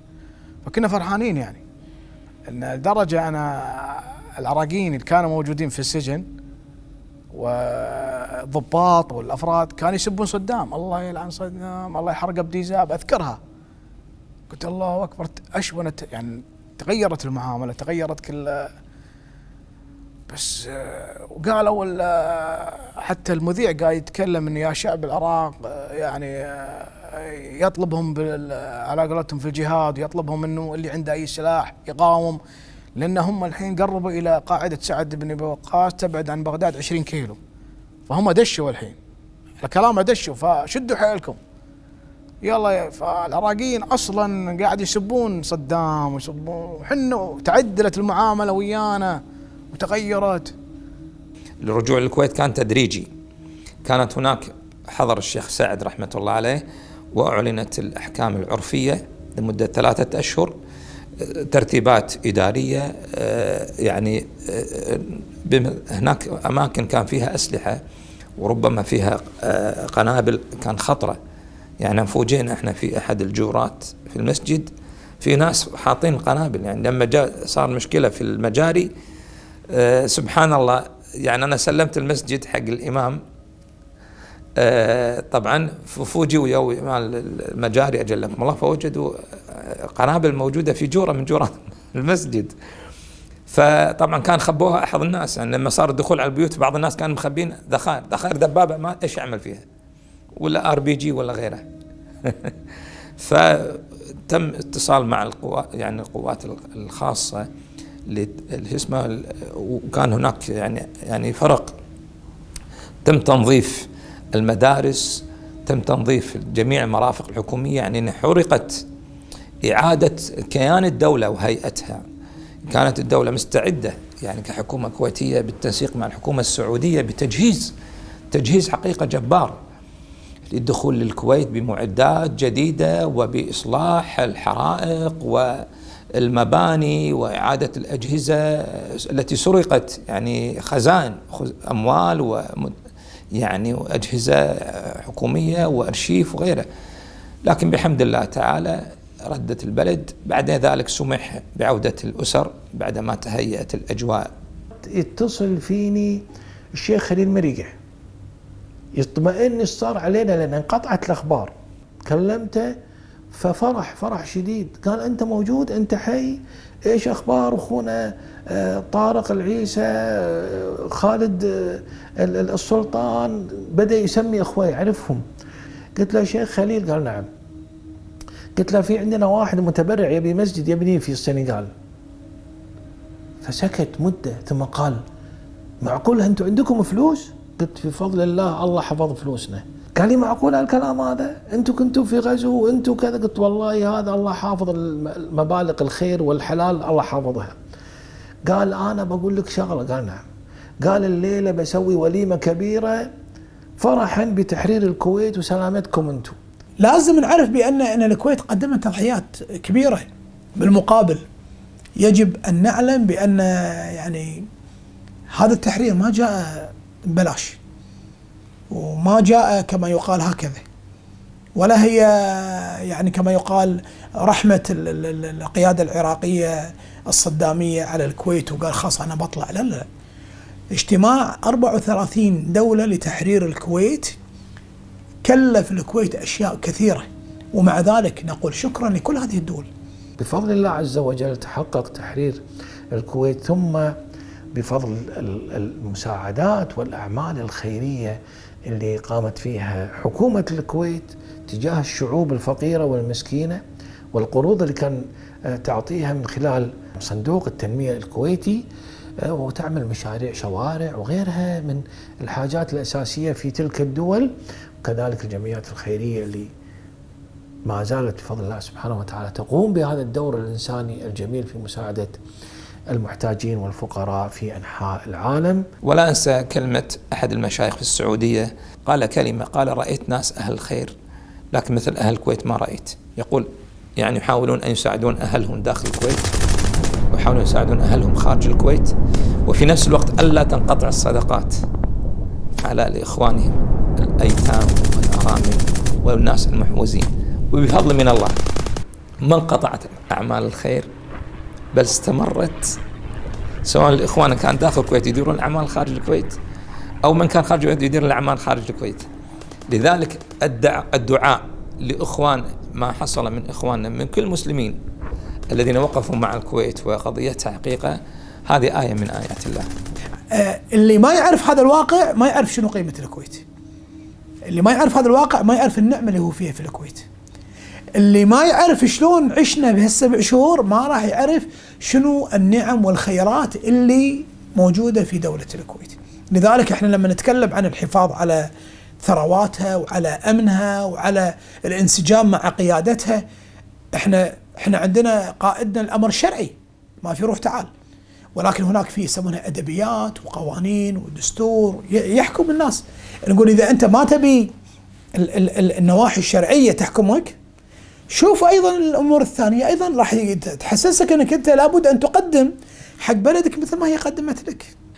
احنا وقعنا في تجربة والله سبحانه وتعالى حمانا منها، يعني طمأن قلوبنا. يعني أنت لما الله سبحانه وتعالى يطمئن قلبك كما حدث في غزوة بدر، يعني كان الله سبحانه وتعالى وضع يعني السكينة في قلوب المسلمين في ذاك الوقت، فأنت تحس هذا الشيء يعني. لكن لابد من نقل هذه الأحداث ان احنا خضنا التجربه، لكن غيرنا ما خض التجربه اللي هو المولودين فيما بعد. فلازم يحسون في هذه المساله. شلون الطريقه يحسون فيها؟ ان ننقل هذه الاخبار لهم كما الان احنا قاعدين نعمل فيها. انا بعض مرات ما الوم الشباب ان في بعض مرات ما في بسبه انه ما في تركيز، يعني في افلام وثائقيه كثيره تنشر او في السوشيال ميديا، فقله معلوماتهم عن الغزو العراقي تكاد تكون يعني معلوماتهم بسيطه. فانا انصحهم انهم يعني الواحد يقرا في التاريخ ويقرا هذا تاريخ بلده. سبب اني ما عندي معلومات كثير عن الغزو قلة تثقيف وتثقيف الإعلام عن هذا الغزو العراقي الغاشم. يعني ما أشوف أن في تسليط ضوء كبير على الغزو. الغزو العراقي الغاشم معلومات يعني بسيطة اللي عندي عنه، اللي هو بدأ في يوم 2/8/1990 ميلاديا، يوم أتوقع الخميس الفجر على الساعة 2-3 كذي. دخلوا القوات العراقية والجيش كامل، دخلوا الحدود الكويتية. يعني كانت فترة صعبة للأسف على الشعب وعلى الحكومة وعلى يعني جميع الناس. والله أعرف عن الغزو عدة أشياء، مثل الأسرى والشهداء، ويعني فقدنا كثير من الأشياء.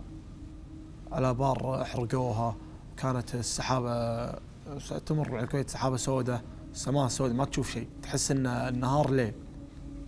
طبعا المعلومات عن الغزو دائما اخذها من يعني الكبار بالعمر، الوالد، الوالده، الربع، طبعا اللي من الابهات، عاده من الابهات، لانهم يحكون يعني كل واحد عنده قصه ثانيه، اللي سافر، اللي قعد، اللي ينظر، اللي فكل واحد عنده سرد يعني بشكل غير. عمي عسى الله يغفره ويرحمه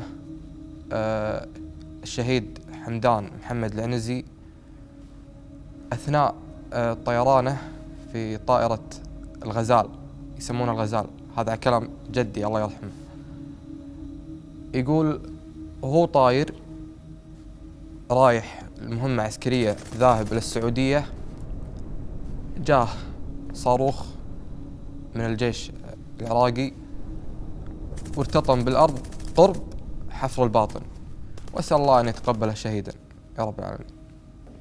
موعد التحرير عام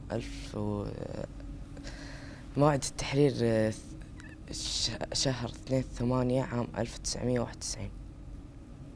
أذكر منه كان الرئيس الأمريكي فترتها. قلة المعلومات الموجودة عندي مثلا أنا وبعض الشباب اللي بعمري بفئة العمرية تعود لأسباب عدة. من الأسباب هذه أن ما في يعني يوم معين أو شيء معين ناخذ منه يكون مثل نفس فيلم وثائقي، مسلسل، فيلم عادي، ممكن كتاب، بودكاست، شيء تسجيل تسمع، يعني أشياء الدارجة الحين. قليل واحد يروح على جده يسأله جدي شنو صار لنا، فترة واحد ما وده يتذكر، فترة صعبة. لكن لو يكون نفس مسلسل أو فيلم وثائقي أقدر أنا أطالع في أي وقت، يوم بالسنة أو يوم كل شهر كذي، هذا اليوم يوم ذكرى الغزو، ودنا نتذكر ناخذ لنا معلومة جديدة، شيء جديد، شيء نتعلمه جديد عن الغزو. في الحقيقة يعني ودي أقدم أول رسالة ووصية للجهات الإعلامية الرسمية حتى الأهلية اللي ماسكين المؤسسات الكويتية، ماسكين الشباب الكويتيين، وحتى فيما يخص الحكومة الكويتية. لابد أن يكون هناك في توثيق جيد لهذه الحقبة. هذه حقبة تاريخية كبيرة وفيها دروس وعبر أكثر، واللي مرت فيه الكويت كقيادة وكحكومة كسلطات كشعب ما هو شيء بسيط. عرفنا أن هناك كثير من الجمعيات الإسلامية كان لها موقف من يعني الغزو، وقفت مع الكويت، مع الحق الكويتي. فحرصنا في العدد الأول من مجلة فرقان أن نغطي هذا الجانب، بأن نغطي جميع الجمعيات التي وقفت مع الكويت وناصرت الكويت في هذا الحق. جزاكم الله خير أولا كقناة المعالي، جزاكم الله خير على تغطية مثل هذه التغطية بعد هذه السنوات 34 سنة، ويتوافق 34 سنة مع 34 دولة. حقيقة أقول خاصة للي ما شاهدوا الغزو، إنكم اعتبروا، احمدوا النعمة اللي أنتم فيها. أنتم في نعمة عظيمة جدا. حنا فقدنا الأمن وفقدنا أشياء كثيرة بفقدنا للأمن. اللقمة يلا ناكلها. إن إحنا نوثق الأدوار اللي قام فيها الشعب الكويتي بطبيعته والفطرية، إنه شلون يتسامى على هذه الجروح وعلى هذا الأمر، وشلون نعالج الوضع، وشلون قدرنا إن نحقق صمود كبير أمام 1,000,000 شخص عراقي عسكري دخل الكويت بجميع العتاد والعدة، بكامل السلاح، بكامل السيطرة، ومع ذلك وجد شعب صامد، وجد شعب قوي، وجد شعب متماسك. ما في أحد رضخ له، ما في أحد سم لي اسم، ما في، لا من رجالهم ولا من نسائهم، بدليل الأعداد اللي ماتت وقتلت نحسبهم عند الله من الشهداء، بدليل الأسرى الذين أسروا، بدليل الناس اللي عذبوا، بدليل الناس اللي سجنوا، بدليل النساء التي اغتصبت. كل هذه الجرائم اللي صارت في الحقيقة هذا لا يمر مرور الكرام، لا يمر مرور الكرام. وأنا في الحقيقة أرى أن من الصعب أن أحد من أبناء الكويت مهما كان عمره ما يعرف أن 2/8/90 كان غزو العراقي، 26/2/91 كان تحرير الكويت، 7 شهور بينهم كانت ملحمة. لو عندك إيش ما يكون في فقدان الأمن ما نعرف ننام بالليل، ننام وحنا يعني على قولة القايل بكامل ملابسك، لو يجونك بالليل تقدر تطلع تهرب. فأقول احمدوا النعمة اللي أنتم فيها الآن، واشكروا الله عز وجل، والشكر يحتاج إلى عمل. اعملوا آل داود شكرا. وكل جانب من جوانب الحياة كان له دور، الجانب العسكري، الجانب الاجتماعي، الجانب الديني، الجانب التجاري، الجانب الصحي، ما في أحد إلا قدم. لازم تصير الأضواء على. وأنا اليوم في الحقيقة أشكر قناة المعالي الفضائية اللي ما زالت بعد 34 عام تضع هذا الموضوع ضمن يعني نظرتها، والمجهر مركز عليه على أساس أنه يبينون للعالم أن هذا تاريخ ما هو تاريخ بسيط، وليست قضية هامشية. إذا تبيها من ناحية أمة إسلامية، أمة عربية، حقوق جوار، حقوق أممية، أخذها بأي تعريف كان، راح تجد أن هذا درس وحادثة كبيرة لابد أن نتعظ منها عشان لا تتكرر المأساة لا لنا ولا لغيرنا. ورغم لها 34 سنة إلا أنها بالذاكرة، كثير منها بالذاكرة الآن. اليوم اللي ولدوا في الغزو اليوم رجاجيل كبار وعندهم عيال وخريجين يكونوا وصلوا ماجستير ودكتوراه، هو ما عاش الغزو مدة طويلة، لكن يبقى أحداث الغزو ما زالت مطبوعة في الأذهان. بذهنهم هذا الشيء اي نعم موجود بذهنهم، ولا تقدر انت تشيله، لكن كطفل صغير مع الفترة الوقت هذا انت تغير مفاهيمه في المسألة هذه. وفعلا يعني الآن كبروا ما شاء الله، يعني أعمارهم فوق 40 سنة صار يعني انزين. فأنت لما تقول لهم الشكل يقولون هم كنا فعلا خايفين. وبعض أولادي دخل العسكرية الآن وهو ضابط كبير يعني موجود. يعني اسألوا من عاش في فترة الغزو يعلمونكم قيمة الأمن، يعلمونكم قيمة الأرزاق اللي قاعد تجينا من كل مكان، يعلمونكم قيمة ولي الأمر الذي ما ينام الليل لا ليل ولا نهار حتى جيش هذه الجيوش لتحرير هذه البلاد. فلذلك أنا أوصي حتى الأسر أن يهتمون في هذا الجانب، أن يكلمون عيالهم عن يعني عن هذه الحادثة. اليوم عندك أبوك موجود أو أمك أو عمك أو خالك أو خالتك أو عمتك، الناس الكبار اللي فوق عمره 50 سنة يقول تعال كلمني عن الغزو العراقي إيش صار. حتى اليوم المؤسسات التربوية لازم ينحط في المنهج التربية هذا الحدث، أنا أقول بتفاصيله بعد، ولا أحد يقول لا نعطي الأمور مختصرة ما ودنا نحرك المواجع.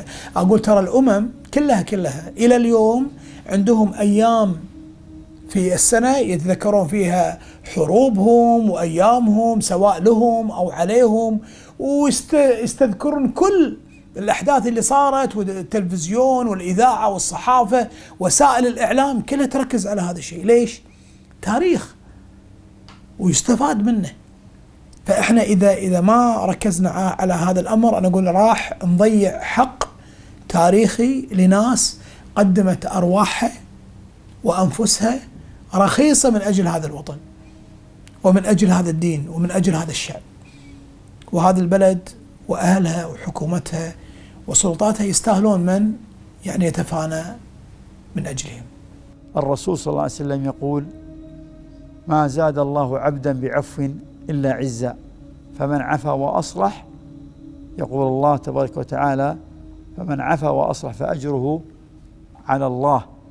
فنقول لترجع المحبة، اتركوا الضغينة، اتركوا الحسد، اتركوا التنابز والتشاحن، لأن هذا ليس من أخلاقنا كمسلمين ولا أخلاقنا كعرب، لأن هذه العادات ينبغي الإسلامية أن تعود.